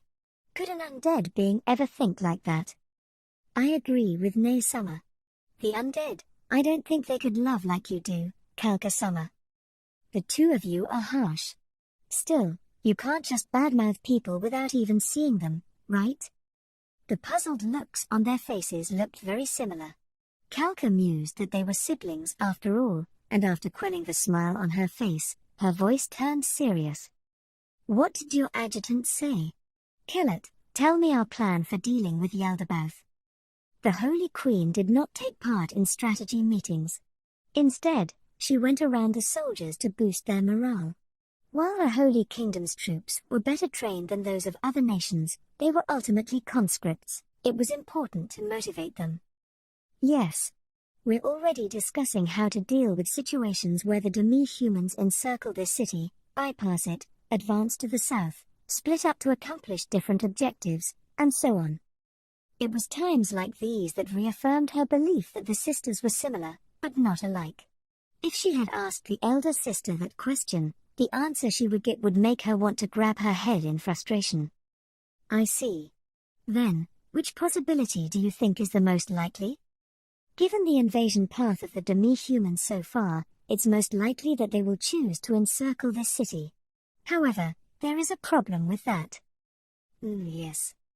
What do you mean? Remedios had not participated in the meetings either, given that she was Kalka's bodyguard. However, the fact that she had not grasped the answer which the Holy Queen had instantly realized was due to another problem. Nay Summer. I'm talking about the demon who wrought havoc in the kingdom, Yaldabaoth. While there's no telling how smart he is, demons are skilled at schemes and trickery. He might adopt a plan we did not foresee. I see. The adjutants who have to handle strategy and planning sure have it tough. While there was much she wanted to say to the leader of the Paladin Order, Kalka resisted the urge to do so. This is quite vexing. Then, if the demi-humans encircle their city, what will happen after that? While food supplies are ample, fighting a defensive siege is going to wreak horrors on morale. Have you considered that as well? Yes. Normally, all we would have to do is wait for reinforcements from the south to arrive, but we have reports saying that Yaldabaoth used a mysterious power to destroy the wall in a single blow. As long as that tremendous factor of uncertainty in play. The three of them frowned as one. Anyone would be upset when they thought of what had happened to the wall, but Kalka knew what was going on. Remedios was simply imitating what the other two had done. Remedios did not like to think, and she was a very stubborn person. That was a flaw, but it was also the reason that she could embody absolute justice. The nature of justice was difficult to contemplate. For instance, imagine if there were two children, one human and one demi-human. Being pure and innocent, they became friends. However, if the demi-human child was discovered by adults, he would be locked up, and the human child would plead for his life. However, if they let the demi-human child go, he might grow up to become a threat to humanity. Was killing the demi-human child just or unjust? This was not a question that could be easily answered. Kalka would have spared him without any hesitation. Remedios, however, would kill him without any doubts. In addition, she would insist that she was righteous, and not feel a shred of guilt about it. In her heart, anything she did for the sake of the nation and people was acceptable. When she took the throne of the Holy Queen, Kalka had declared to her two close friends, "I will grant happiness to the small folk, and make a country where nobody will cry." In response, she had said, "I will support you and uphold your just cause." With that pledge in her heart, she was more forthright than anyone else, her heart filled with conviction, and the light in her eyes was like that of a fanatic. Someone like that was clearly dangerous, yet Kalka did not distance herself from her friend. The righteous impulses of loving others, loving peace, hating evil, and the desire to aid the weak were all things she ought to welcome. And it was because of that nature of hers that what she thought and what she did were the same. Because she did not think about her words, everything she said came from her heart. Any organization, particularly those that had stood for a long time, would become sluggish due to worries and cares. In addition, their original purity of purpose would tarnish and grow dim. Since power rested in the hand of one person, it was only natural that power struggles would take place. Even if a victor was decided, the battle against suspicion, jealousy, and fear would continue, until one side eventually perished. Kalka had been freed from this curse halfway though. That was because she had attained magical power that ranked highly even when compared to the past generations of holy kings. Others had lauded her for it, and her heart was at ease. Therefore, Kalka could put aside her mental preparations to take the throne of the Holy Queen, but her brothers did not feel the same way. There was only one elder brother among her relatives whom she could trust, Caspond. Since she lived like this all this time, Remedios was a spiritual oasis for Kalka. Umu. Such unbelievable power makes me think of the might of the demon gods from the stories. Nay Summer, even the demon gods weren't this powerful. For all we know, Yaldabaoth might be a being superior to the demon gods. What a pain. Then how shall we beat him? What are you worrying about, Kalka Summer? They say he was defeated by the adamantite-ranked adventurers of the kingdom. Don't you think we could do the same too? That is true, if adventurers comparable to us could do it. But the problem now lies in whether or not Yaldabaoth can repeatedly use that power which brought down the wall. On that note, the adjutants feel that given the wall was only struck once, he ought to have problems using it in succession. That's understandable. If he could use it repeatedly, then he could have just done so. He didn't because he could only attack once. Kalka agreed with Remedios's opinion. If there was a way to do it, there was no reason not to repeatedly use that attack. It was the same with Kalka. She lightly stroked the crown she wore. It was a magic item that was the binding focus for the grand ritual spell that had been passed down through the Holy Kingdom, the last Holy War. Well, We can conscript high-ranking adventurers, the kind who are used to defeating monsters and the like, as part of mobilizing our people. If we muster up our full fighting power, Yaldabaoth's hardly an unbeatable foe. The fact is, he's already been defeated once before.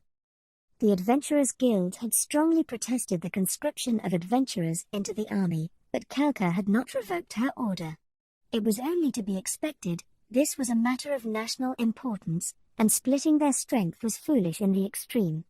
In addition, the Adventurers Guild was hardly as powerful as the Holy Kingdom itself, so forcing them to obey was a simple task. That's true. Though I guess we failed in that we didn't gain detailed intelligence about Yaldabaoth's activities in the kingdom. I apologize for that. No, I didn't mean that, Kellett. You're not at fault. The blame lies with me, since I didn't pay attention to news about other countries. Certainly not, Kalka Summer. It's definitely Kellett's fault. Nay, Summer. Well, it's certainly not my fault. I did my job by protecting Kalka Summer and clearing away monsters. I didn't mess up in my job. That's what they call making appropriate use of talent. Remedios puffed up her chest and humphed in triumph. She was correct to say so. That said, it still bothered her. Could it be that Yaldabaoth was behind those incidents where all the people from several villages went missing? That might be the case. Some time ago, the residents of quite a few villages had all gone missing. In the end, they had not managed to collect any information pointing to a culprit, but it was possible that Yaldabaoth was pulling the strings behind the scenes. In that case, we need to sort this out before we defeat Yaldabaoth. Speaking of which, if only the kingdom had properly finished him off, we wouldn't have had trouble like this. Did Gazif Stranov fight him? Kellett looked at Kalka with a puzzled look on her face. Her eyes seemed to be asking, didn't you tell Nay Summer about it? Therefore, Kalka gave her an answer which laid those doubts to rest, and then she smiled tiredly. Translated, it meant, of course I told her. I told her about how Yaldabaoth attacked the royal capital, how the adventurers defeated Yaldabaoth, the other demons that appeared, and how the warrior captain defeated them all. I told her everything. So it must have been squeezed out by other things and gone in one ear and out the other. I really feel sorry for Nay Summer's vice-captains. Why are you talking about them all of a sudden? Kellett did not answer that question, instead curling a lock of hair around her finger. Since Remedios did not do any thinking, then there had to be someone to cover her ass. That would be them. She could keenly appreciate the suffering they went through. However, Remedios's innocence or stupidity, if one were not inclined to be polite, also had a healing effect on the soul, so the positives and negatives cancelled each other out. I only know the rough details, but apparently, he fought with another demon, which was covered in scales. Really now? Well, if he had defeated Yaldabaoth, things wouldn't have ended up like this. Or don't tell me those adamantite-ranked adventurers are stronger than him. I'm not too sure about that, but I think that might be the case. Remedios frowned in distaste. She was probably unhappy because someone whose strength she had acknowledged was being slighted by someone else. Well, all he knows is how to use a sword. If he had anti-demon attacks like we do, things would probably have been different. In pure fighting power, paladins were a notch below warriors. However, that was not the case when fighting evil beings. Remedios was right, but Kellett still sighed quietly. Just then, Kalka imagined that she had heard the sound of bells. Remedios immediately sprang into action. At times like this, she was still the first to act. She flung open the windows. The early autumn air flowed in, and the air warmed by their three bodies flowed out. The bracing, cool air brought with it the sound of ringing bells. That was proof that what she had heard earlier was not a ghost sound caused by her ears ringing. No, it would have been much better if she had just misheard things. At the same time, she heard the sound of several footsteps from the hallway. Kalka Summer, please stand behind me. Remedios quickly drew the holy sword Sephalrasia and moved up, putting herself between Kalka and the door. The door opened with a pon. Your Majesty.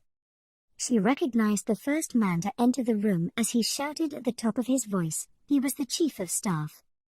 What happened? Why are you in such a rush? Remedios's voice carried a hint of rebuke, and the Chief of Staff replied in a clearly disconcerted tone. There was no time to slowly walk over. Your Majesty. It's Yaldabaoth. Yaldabaoth's appeared inside the city. He's begun destroying the city with many demons in tow. Also, the demi-humans have made their move.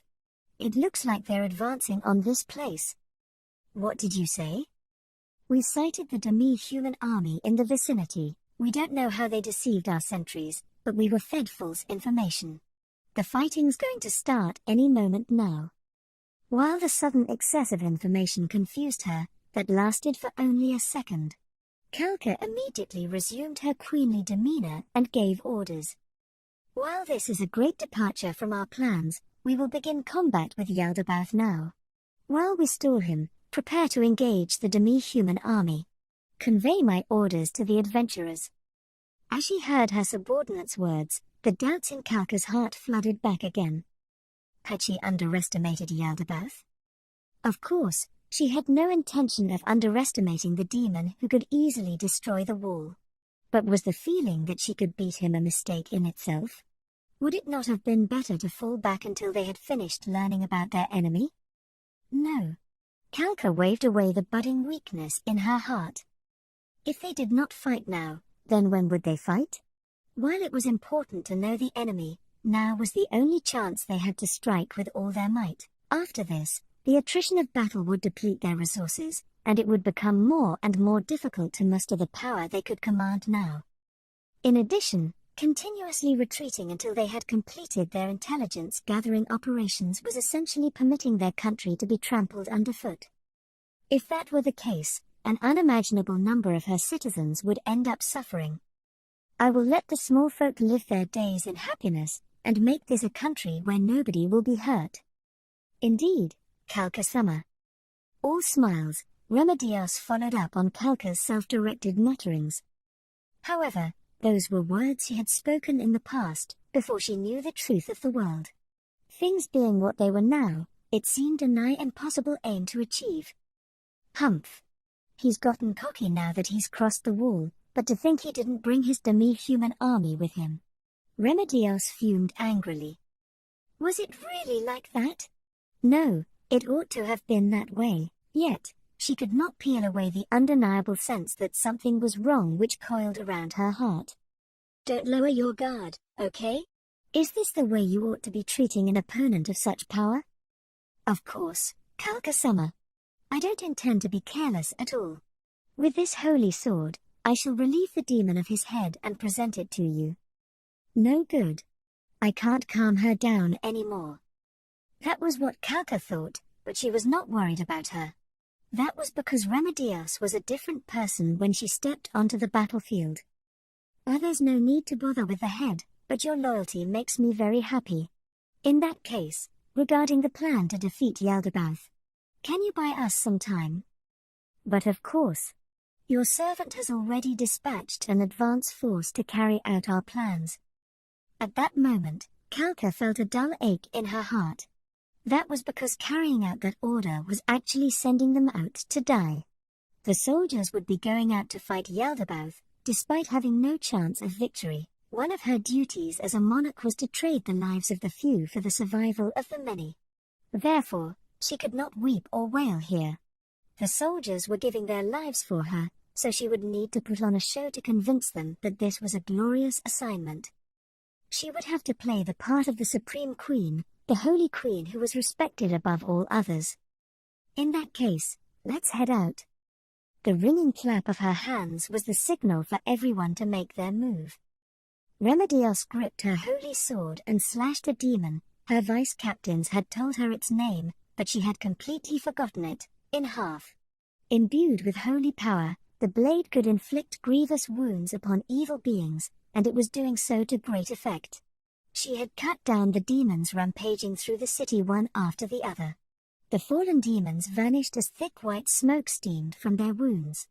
Within seconds, there was no trace that the demons had ever been there. However, the signs of how the demons had ravaged the city remained.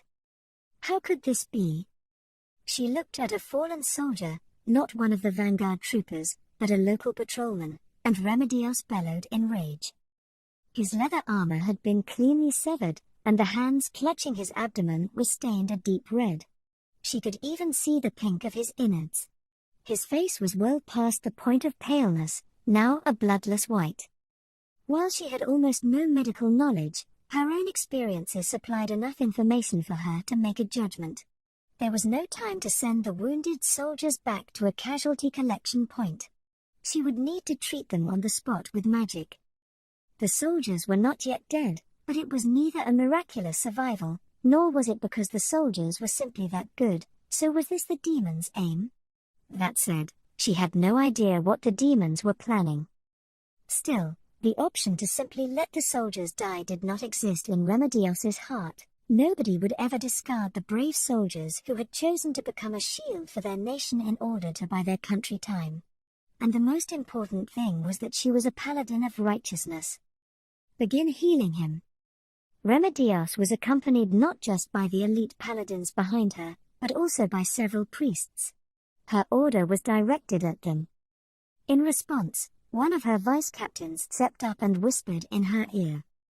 Would it not be better to let the medics in the rear aid him? If we use the priest's mana here, we might run out when fighting Yaldabaoth, which might be the demon's aim. Ah, you talk too much. This is an order. Heal him to the point where he can move on his own. Also. At this point, Remedios glanced at the adjutant beside her and said, I can't hear you muttering through your helmet, so speak up. Ah, no, it's fine. Very good. The healing magic mended the soldier's wounds swiftly. Of course, the recovery was not complete. After all, this was only a first-tier spell, and it could not fully restore a soldier on the verge of death. Even so, it was enough to heal the soldiers to the point where they could stagger around. Since the soldiers were no longer in danger of dying, there was no need to heal them any further. Remedios still remembered her sister's incessant nagging to wisely use limited resources. You brave gentlemen, stay that way and listen. We've performed first aid on your wounds, so fall back. After that, let the medics at the rear tend to you. The pain of walking was probably enough to drive the soldiers to tears. However, she no longer had the time to hear them out.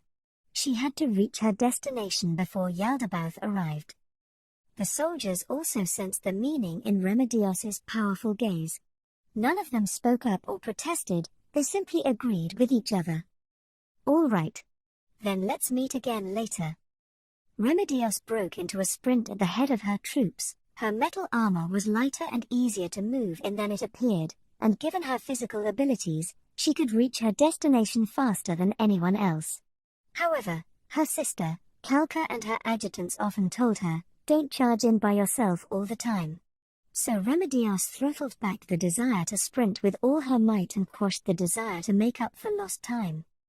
Soon, Remedios reached her destination, which was a corner of the city. The streets spread out before them. The evacuation had been completed long ago, and so there was nobody there. Captain, if we follow this avenue and turn right, then turn right again, we'll be at the plaza where we'll be awaiting Yaldabaoth. Do you want us to scout ahead? No, wait for Kalka Summer and my sister, and the adventurers. After that, make your final checks and then hoist the banner high. Obeying Remedios's orders, her subordinates tied a flag to a distant building. This was to inform the other units that the elite paladins led by Remedios had arrived. Their operation would involve Kalka and her personal guard, Kellet and the pick of the temples, high-ranking adventurers, and a squad of Remedios's elite paladins. The 4 units had split up and then headed to Yaldabaoth's location. There were roughly 500 paladins in the order. Most of them were comparable to difficulty 20 monsters, and among them were great warriors capable of slaying a difficulty 60 monster one-on-one. All in all, there were 25 of these ultra-elite warriors, who formed the core of Remedios's forces. Incidentally, The remaining 300-odd paladins were currently standing watch on the city walls against the advancing demi-humans. Originally, they should have formed up into a single group and moved out as one. However, Yaldabaoth possessed an area attack ability that could bring down the wall, so they had chosen to split up in order to avoid being destroyed when their forces were concentrated. The reason why they had hung the flag in the distance was so that even if Yaldabaoth saw the flag and attacked it, it would not hamper the rest of the group. Can Yaldabaoth's wall-breaking attack be used more than once, Isandro? There were 2 vice-captains in the Paladin Order. One of them was an average swordsman, but excelled in other areas, and his name was Gustave Montagna. Right now, he was directing the paladins who were reinforcing the city walls, so he was not here. There was another, who currently stood by Remedios's side. The person to whom Remedios addressed her question was one of the 9 colors as well, Isandro Sanchez, called the Pink. If he could use it multiple times, then I have no idea why he has not done so already.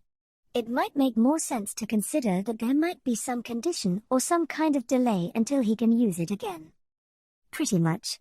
I guess splitting up was being too paranoid. No, it's nothing of the sort. Perhaps he's conserving his strength in order to bring forth some great power. We mustn't be careless. Yes, I know. Remedios broke off their conversation. She was not suited to thinking, after all. Politics in particular made her head ache. She was completely baffled by the reason why the nobles frowned upon the fact that a woman had ascended to the throne of the Holy Queen. They felt the same about Kalka's title, which was the combination of Holy King and woman. They protested both the fact that they had a woman leading them and that a new term had to be coined for her. On that note, it would be simpler to understand if it was just a matter of who was stronger or weaker. Captain Custodio, the priest contingent and the adventurers have raised their flags. How about Kalka Summer? Not yet. Is that so? Well, it's about time to start casting longer duration defensive spells. Once Kalka Summer arrives, we'll advance on Yaldabaoth first and act as bait to draw his attention. Keep your will strong and beware any special attacks the enemy has. No movement from the plaza. They had confirmed that the advance force had been wiped out, and if their target had shifted location, the adventurers responsible for reconnaissance would have told them. If there was no news from them, that meant Yaldabaoth had not moved from the plaza where he had appeared. He's looking down on us, that miserable little demon. Probably thinks that if he can kill us all here, he can conquer the country easily. No, Captain. It's also likely that he's trying to stall for time. If we're pinned down here fighting Yaldabaoth, the demi-human army will be able to win elsewhere. I see. So that's possible too. This Yaldabaoth is pretty smart, huh? I think he's good at scheming because he's a demon. Humph. He's just a demon who's gotten full of himself. I'll beat him like a dog and make him weep bitterly. Just as Remedios swore that to the gods, the final flag went up, as though it were waiting for that moment. Vice Captain. Yes, Mom. Everyone, we're moving out. All right. Follow me. Remedios began to run, determined to bury her sword in that demon's face. She turned a corner, ran again, then turned a corner once more. And so, she saw a suspicious-looking person, standing in the middle of a plaza painted bright red and strewn with the bodies of the fallen. A tail protruded from that person's waist. His description was almost identical to the one provided by the fleeing soldiers. He did not have bat-like wings or curled horns, and the only sign that he was inhuman was his tail. From that point of view, he was little more than a man in a mask. However, are you Yaldabaoth? Red CA, whoa. An acrid stench filled the air as they entered the plaza, that of blood and burst innards. There was a sound of squelching meat as she stepped in, but she was no longer concerned about such things. All that remained was charging with all her might and swinging her sword. Her irritation built as Yaldabaoth effortlessly avoided her, and she swung again. That too was evaded. Remedios knew that however much time she put into her studies, she would never be able to excel in academics. For that reason, she spent all her time on improving her fighting skills instead, because she understood that she was more talented in that field. Thus, she had become known as the greatest warrior of this nation. And now, the instincts of the paladin Remedios Custodio were screaming to her. Yaldabaoth's evasion was not a coincidence. He put on a show of conceit because he had the strength to back it up. Few human beings could keep up with the battle that was about to take place, and she would need to further enhance herself with magic. Remedios's instincts had never failed her at times like these. Fall back. All of you fall back. No, form a cordon. This demon's strong. Saying so, she backed away with her men. Her subordinates retreated further than her, but she could not go too far away. At most, she could move 4 meters back, at a range where she could take a single step and then cut him down. Yaldabaoth rounded his shoulders. Ha! What a bullish girl you are. What is it? Could it be you've seen something red? Remedios ignored the demon's playful words, and the troops led by Kelet and Kalka appeared in her field of vision. Shocked by the sight of Remedios engaged with Yaldabaoth, they made haste. Yaldabaoth turned to face Kalka, exposing his defenseless back to Remedios. However, her instincts told her that Yaldabaoth might just be waiting for her to attack him from behind, and so she froze. You too. He's very strong. If you don't pull your men back, they'll only die for nothing. The two of them immediately responded to Remedios's shout, and they were the only ones to step forward. Remedios kept her distance from Yaldabaoth while circling around him until she stood in front of the two of them. Remedios, please don't push yourself. She's right, nay Summer. Shouldn't you take him on with everyone at once? Her eyes had not moved from Yaldabaoth even as she listened to their quiet words from behind her. Perhaps he was planning to unleash that wall-breaking power of his. If he made a move, she would dash up and hack him down. However, Yaldabaoth showed no sign of doing so. His relaxed attitude made Remedios unhappy. I have to strike him down. So you are Yaldabaoth? Yaldabaoth's shrug in response to Kalka's question only intensified her displeasure. Every little thing that demon did only served to make her mad. Indeed, your slave charged right at me without saying a word. What would she have done if it was a case of mistaken identity? Well, it does interest me that there are savages in the Holy Kingdom who are incapable of speech. Just to be sure, may I ask if you are the reigning Holy King? Indeed. There's no need to tell him your name, Kalka Summer. Remedios leveled the point of her sword at Yaldabaoth. All you need to know is that he's Yaldabaoth, and all we need to do after that is kill him and send him back to hell. Talking with him is just going to taint your tongue. Remedios. We're talking. Kalka's puzzled words made Remedios tilt her head. Had she said something about this earlier? Kelet seemed to have a spell from the rear, because a surge of heat blazed up within her body, accompanied by incredible strength. Her attack from just now had been evaded, but now she was confident that she could strike him in this state. At this point, Remedios thought, so that's it, because talking to him was meant to buy them time. Still, I am magnanimous, so I shall chat with you for a while. Do you have any questions?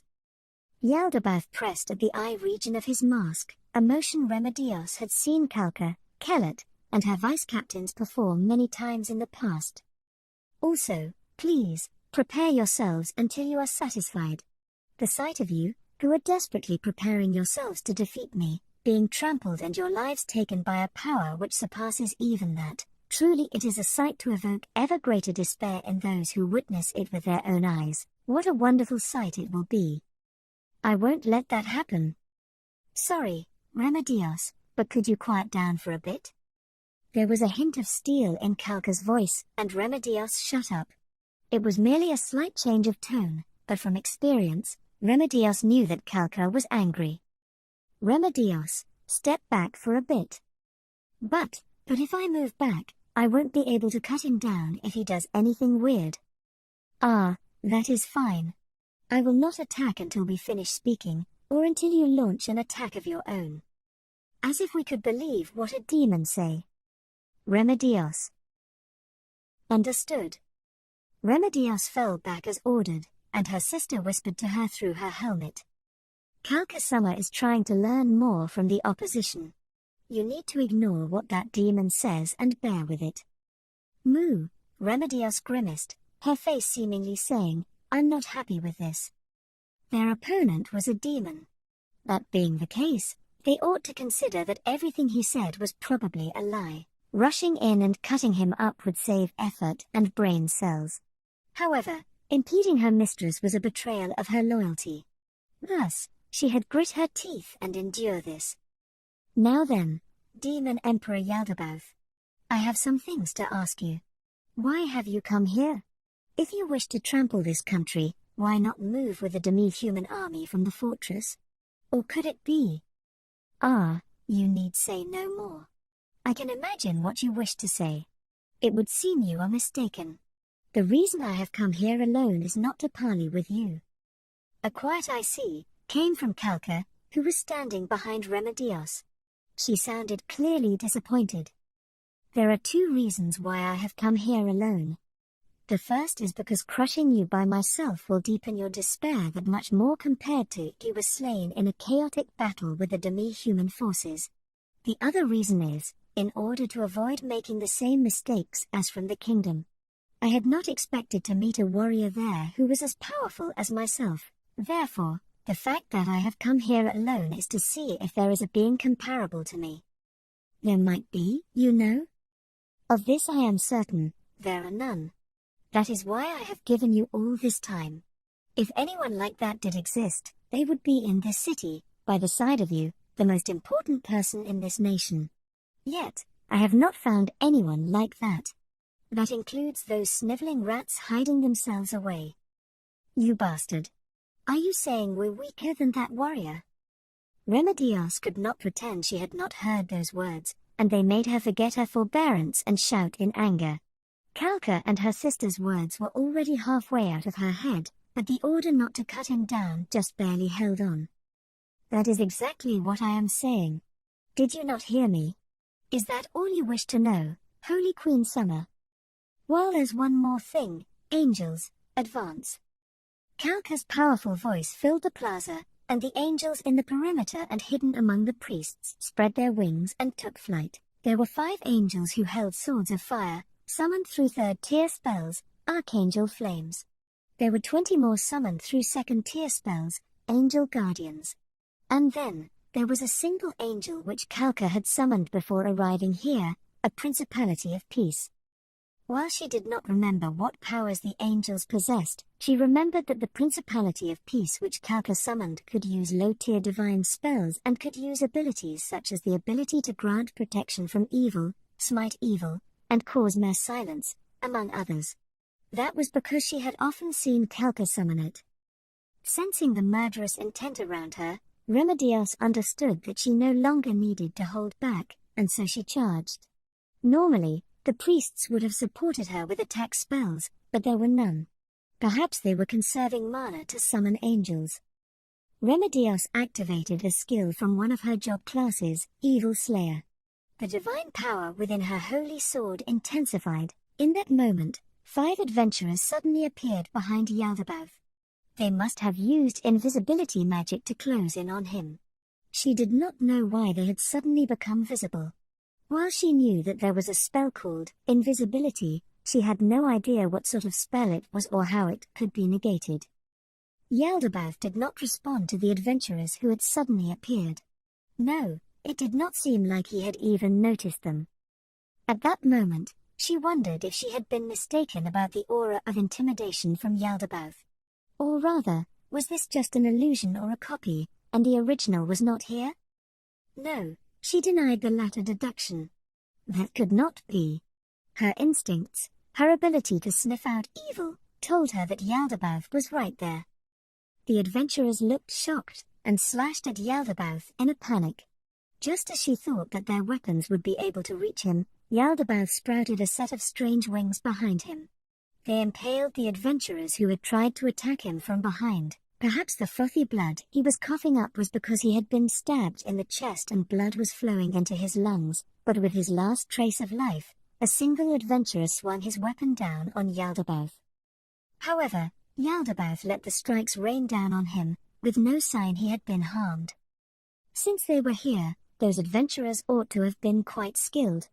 It was only reasonable to assume that they would be wielding holy elemental weapons as part of their preparations. Even so, they could not leave a mark on him, showing that this demon was quite a highly ranked being. In the few moments that it took the battle conditions to change, the charging Remedios screamed "Yat!" and slashed down diagonally with her holy sword. Yaldabaoth hopped one step back, and those tentacle-like, they probably were tentacles, wings through the perforated adventurers at her. She had no intention of taking it head-on. She took her left hand off her sword's hilt, beating them all aside. Dash flow acceleration, then activated a martial art, stepped forward, and thrust.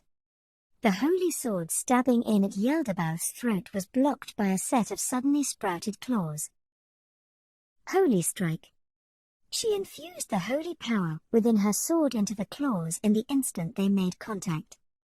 This was an elementary technique for paladins, and it was originally intended to be used in the moment one's blade bit into a foe's flesh, but that did not mean it could not be used as a touch attack. Since most of the divine power simply exploded on the surface, it would not do much harm, but she had still used it anyway. That was because in the moment that the adventurers had been killed, her instincts as a paladin, which her little sister called an animal instinct, screamed that she needed to show that they could still resist Yaldabaoth and prevent the morale of the surrounding soldiers from falling. I see. The angels jammed themselves in between Remedios and Yaldabaoth as the latter was backing off. They launched their attack while floating at roughly head height. TCH, Remedios clicked her tongue. The metallic sound that rang out as her holy sword made contact with Yaldabaoth's claws showed how hard those claws were. In addition, the fact that he could easily evade a blow from her magically enhanced self, although in a somewhat clumsy fashion, showed how high his physical abilities were. There were only a few people who could contend with such a mighty being. While the angels summoned through second and third tier spells usually excelled at slaying monsters, they only served to get in the way during this battle. In particular, the greaves of the angels floating back and forth were an eyesore. Penetrate magic, Holy Ray. Her sister cast a spell. However, it vanished before Yaldabaoth's face like it had been deflected. Twin Penetrate Magic, Holy Ray. Kalka emitted 2 rays of light. She was probably thinking that it would be fine as long as one of them could pierce Yaldabaoth's spell immunity, but unfortunately her attack was ultimately as ineffective as her sister's. That meant he possessed very high magic resistance. In other words, I need to give it my all. She shouted a battle cry to fire herself up. Use your head and let the angels fight. There's no point in this. The fact was that even though the angels had the advantage of height and surrounded him on all sides, Yaldabaoth was still quite composed. But that was only natural. Even after being surrounded by so many people, not a single attack had hit Yaldabaoth. The adventurers ran over to collect their comrades who had fallen by Remedios's feet. While their immobile bodies were clearly dead, they still believed in the faint probability that it might not be so. How bothersome. Even if they are nothing more than insects, a swarm of them is still unpleasant. Yaldabaoth sounded perfectly composed. Indeed, being able to negate the spells cast on him from the rear and perfectly evade physical attacks made him seem overwhelmingly superior. However, do you think we've never fought enemies like this before? Unless their summoners were specialists, summoned monsters were generally weaker than the ones who called them forth. Therefore, there were cases where angels' attacks ended up being useless. Against a powerful foe, the best way to use angels was. The airborne angels rushed Yaldabaoth as one. They did not use their swords, but tackled him to hinder their opponent's movements in this fashion. It was quite effective. Perhaps he was starting to grow tense, but Yaldabaoth went on the offensive, and a single swipe of his claws caused several angels to vanish into nothingness. However, the angels from behind filled the gap, continuing the attack in place of their absent fellows. This was the frightening thing about summoned monsters. Since they were beings that did not die even when they were killed, they could be fully utilized in this fashion. The angels came like a ferocious waterfall, without rest or respite, and Yaldabaoth's flowing counterattacks left Remedios staring in awe. However, that's carelessness on your part. Remedios had moved subtly to step into an opening in Yaldabaoth's defense, a fatal flaw that was exposed when he was on guard against the angels coming from above. What? Yat. She activated a skill, and then her martial arts, using her holy sword to strike a blow with all her might. She had chosen to conserve the greatest power of her holy sword because her instincts told her that then was not the time for that powerful move, which could only be used once a day. Stricken by the mightiest blow she could muster apart from that move, Yaldabaoth flew back as though he was being smashed to the horizon, until he crashed into a store on the other side of the plaza. Remedios looked down at the hands which held her blade. Oh crap! Nay, Summer. You did it! She shouted angrily in response to her little sister's excited exclamation. It's not over yet. How could he have flown so far? Given your brute strength, I think it's possible, nay, Summer. He flew out by himself.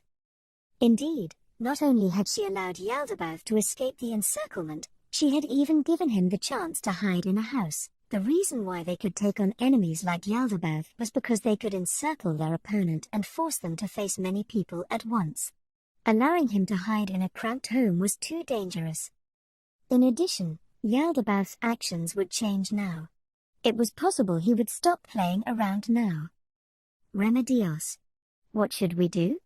Kalka shouted. Usually, Remedios would ask and then Kalka would answer, but now the opposite was the case. During battle, she was better able to make the right choice than the other two. Demolish the house without going near it. After hearing that, the priests cast attack spells one after the other. They collapsed the house in short order. However, it was hard to believe Yaldabaoth had been crushed under the falling debris. Even Remedios in her enchanted armor could survive that much unless she was very unlucky. Also, Remedios looked down at her blade, which was unstained by blood. Could he have rolled with that blow just by flying away? Had he used a martial art like Fortress or something? Or was it a demon-only skill? There were many possibilities for that, but things would become troublesome if she could not see through it. Amidst the sounds of destruction, the neighboring houses crumbled under the area of effect spells. Dirt and dust filled the air, and she could not help coughing. Say, Remedios, why hasn't Yaldabaoth come out yet? Nay, Summer, could it be he's already escaped by teleportation? That demon, who spoke so arrogantly? I can't imagine he'd escape without being hurt. We ought to use fire. Pour on the oil and ignite it. May I ask you to bless it, Kalka Summer? Nay, Summer, are we going to conduct the ritual of holy fire? Doing so to harm an opponent. Is that really what a paladin ought to be doing? That's fine. If Remedios thinks that's the best way, then we'll go with it. No, we should do it. Since he's a demon, there's no reason he won't be hurt. Many demons were resistant to fire, but the holy fire was of the holy element, and fire resistance was only half as effective against it. Then, Kalka Summer, the preparations for the ritual. We don't have time for that. Please use the simplified version. Kalka looked straight ahead as she said that, and from the corner of Remedios's eye, she saw her little sister wondering if she should go but that. Simplifying the holy fire ritual spell would place a great deal of strain on the user's body. This was not something which she, as one of Kalka's subordinates charged with keeping her safe, ought to recommend. However, it would be even worse if they gave Yaldabaoth time. If you think this is the best way, then we'll do it. However, if I perform it by myself, I won't be able to help you after that. Please keep that in mind. Then, can you light the fire right away? Understow. Cuckoo. My, this is quite vexing. Suddenly, Yaldabaoth's voice issued from the pile of debris. Nay, Summer. I know. Remedios immediately stood in front of Kalka and readied her sword. Yaldabaoth had been buried under the house after all. Therefore, bringing up the holy fire attack just then was the right choice. They had not thought that he might have lost consciousness because of the shock of being buried under the fallen house. It would seem that it is time for me to get serious. Oh? Then we should have done it earlier. I'll wait, so why don't you show me your power? Kalka Summer, Kellet, get back. Remedios whispered her directions to the other two. At the same time, Remedios fell back as well, allowing the resummoned angels to form a wall along the path between themselves and Yaldabaoth. Oh yes. In that case, please get back. It would be quite disappointing if you were to die from my shockwave. The collapsed pile of timbers and bricks swelled up. As they collapsed to the ground, something massive slowly stood up from among them. Yaldabaoth? Remedios could not help muttering under her breath. That was because he looked completely different from the previous Yaldabaoth. It made her wonder if he had changed places with another demon. However, there could not be many demons who looked like that. Indeed, that was Yaldabaoth. That was Yaldabaoth's true form. It flapped its fiery wings, and flames burned at the end of its long tail. Its brawny, frightening arms were also on fire. Its wicked face bore a wrathful expression. Priests, order the angels to charge. Obeying Kalka's order, the priests commanded their summoned angels to rush in. Yaldabaoth did not strike back at the angels as they swung down with their weapons, it simply endured the blows in silence. Even though it was surrounded and pounded, it did not seem hurt in the slightest. It looked just like a horde of children trying to hit a fully armored paladin with sticks. This is my true nature. Yaldabaoth spoke in a coarse, basso profundo voice that seemed to shake the pits of their stomachs. It took a step forward, and the mass of angels pressing against it were forced back. It ignored every single attack the angels made as it slowly raised its flame-wreathed hands, and then clenched them into fists. Its fiery form resembled a red-hot volcanic bomb. Now, you foolish and bothersome insects, disappear. With a bang, the angels which should have been in front of Remedios vanished. Yaldabaoth had punched with extraordinary speed, and even Remedios's trained motion vision could not capture a single frame of its movement. Just that single hit was enough to exterminate all the angels that were forming a wall for Remedios. This was Yaldabaoth's true form. Remedios gulped as she witnessed that overwhelming power which could easily slaughter multiple angels in a single blow, and then she gripped her holy sword tighter. Her sweat gushed forth and it seemed like it was making her clothes change color under her armor. Could she win this? No. Yee-ee-ee-ee-art. Remedios shouted to banish her fear. While it was a thoughtless move, if she did not charge right now, she would be essentially admitting defeat to him in her heart. She gripped her holy sword tightly, and leapt forward. She used the full might of her body in a massive downwards chop. Yaldabaoth did not block or dodge it. And then, it bounced off with laughable ease. Eh? The sword, made of an unknown metal that was harder than adamantite, bounced off Yaldabaoth's skin. She looked up and saw that Yaldabaoth was not looking at her. It was similar to how a human being would not care about a worm writhing around on the ground. Dealing with you empty-handed is a little troublesome. No, there is an excellent weapon here. Yaldabaoth stepped forward, paying no heed to Remedios. His massive body shoved her aside. What? Damn it. Remedios and the freshly summoned angels chopped at Yaldabaoth's back. However, his metallic gleaming skin remained untouched beneath their blades. They hit him with attack spells. However, all of them bounced off. This bastard's not stopping at all. What's he looking at? Remedios's face turned pale as she looked in the direction Yaldabaoth was headed. Kalka and Kellet were there. You lot, do something. Stop him. Hurry up and stop him. Remedios barked her orders at the paladins behind them. She could not think of what use they could be, but she could not let Yaldabaoth reach Kalka and Kellet. Let Kalka and Kellet pull back. He's going for the two of them. The paladins and priests closed ranks in front of the two of them, forming a wall. What a pathetically weak wall. Stop. Stop. Stop. Remedios screamed as she swung her sword over and over again. However, nothing she did managed to pierce Yaldabaoth's skin. The paladins swung their swords, the priests cast their spells, but even so, they could not impede Yaldabaoth in the slightest. He walked on nonchalantly, without saying a word. The people who touched the flames coiling around him wailed and collapsed to the ground, but Yaldabaoth did not look like he intended to attack. The two of you, run. We can't stop him as we are now. Remedios shouted, her head in a state of total confusion. Yaldabaoth should have been driven off by the adventurers of the kingdom. She was in the same league as adamantite-ranked adventurers, perhaps even stronger. In that case, why could she do nothing about Yaldabaoth? There's got to be something I can do. I have to find it. I have to find something I can do to harm him. There must have been some reason for Yaldabaoth's invincibility. Just like how some monsters were highly resistant to all metals besides silver, there must be some kind of racial defensive ability protecting his body. But what kind of ability is it? Her ever-reliable instincts told her nothing. Until this point, it had always been her vice-captains or Kellet or Kalka giving orders. All she had to do was carry them out. However, all three of them had nothing to say now. Frustration began to build in Remedios, but she was clear about one thing.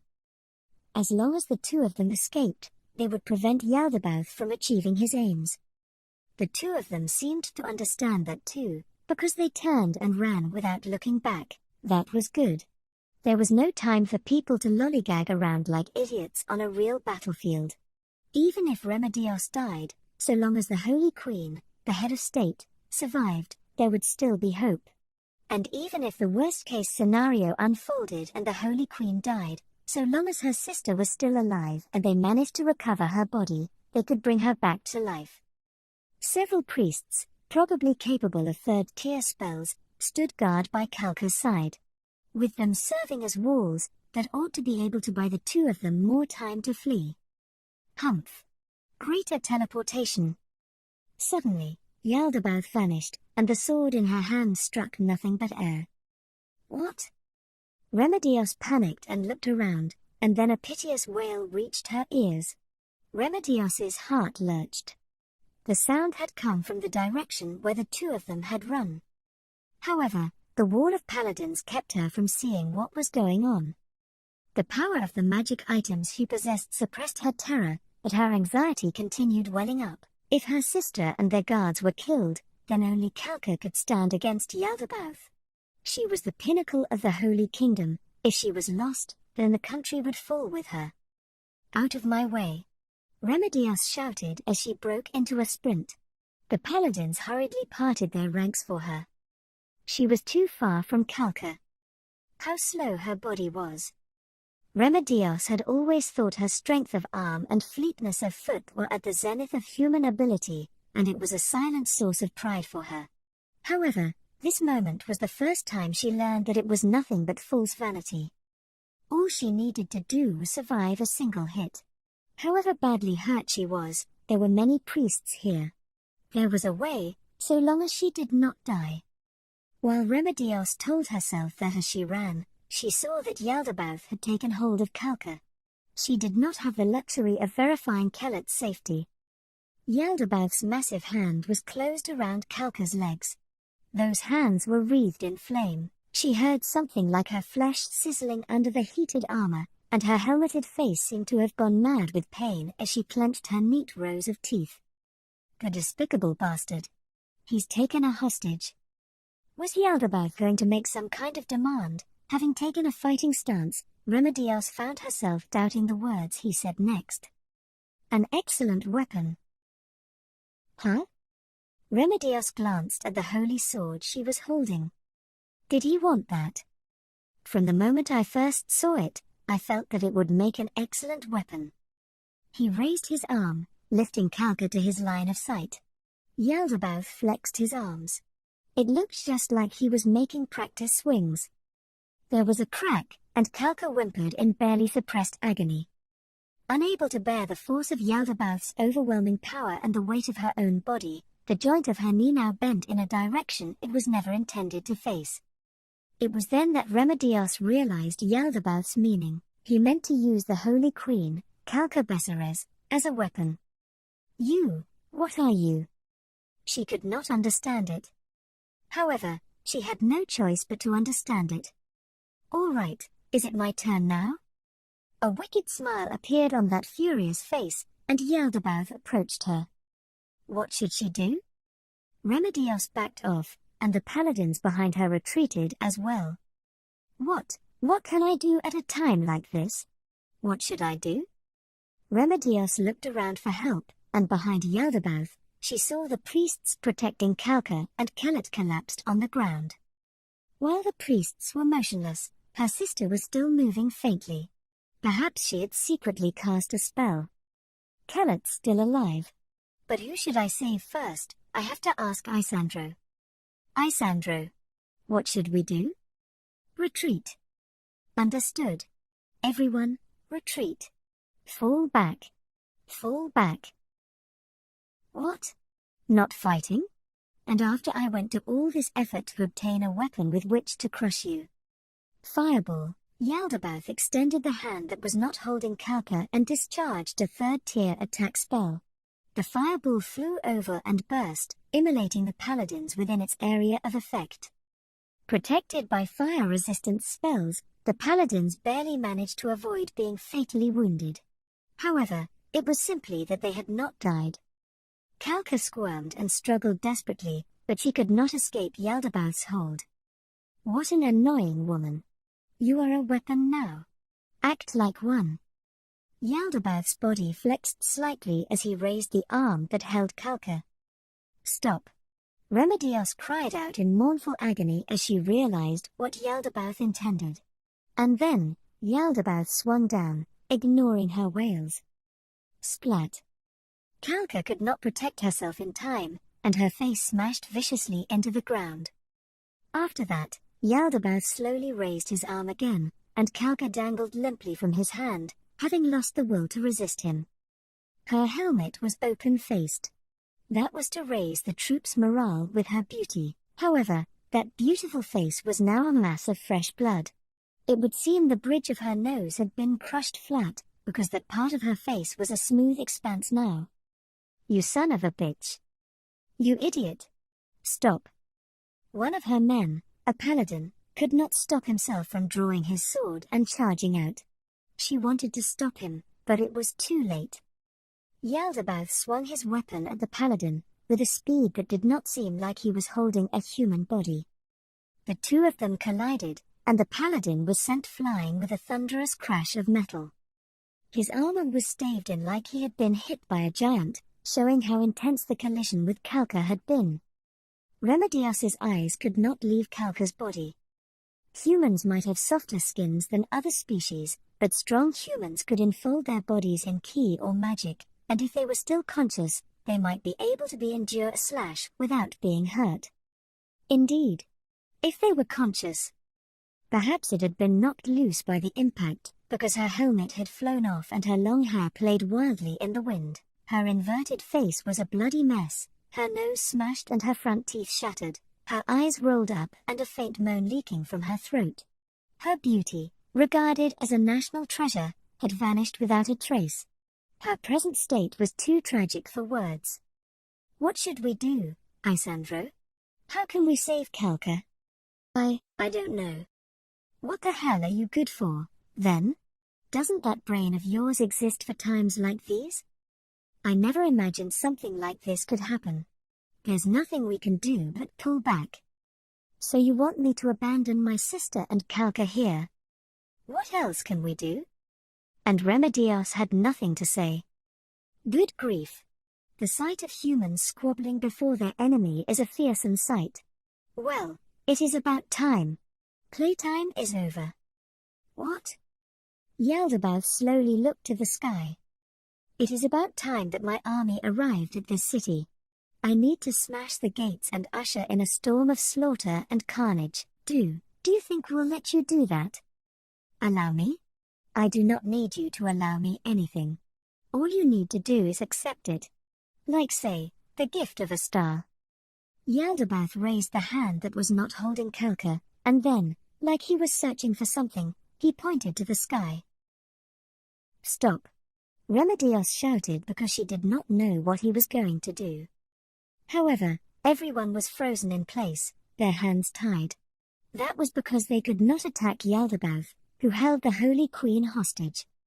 No, everyone was afraid that if they attacked him, he would block it with Kalka's body. What would they do if Kalka died from their blows? Heedless to the confusion of Remedios and the others, the star fell.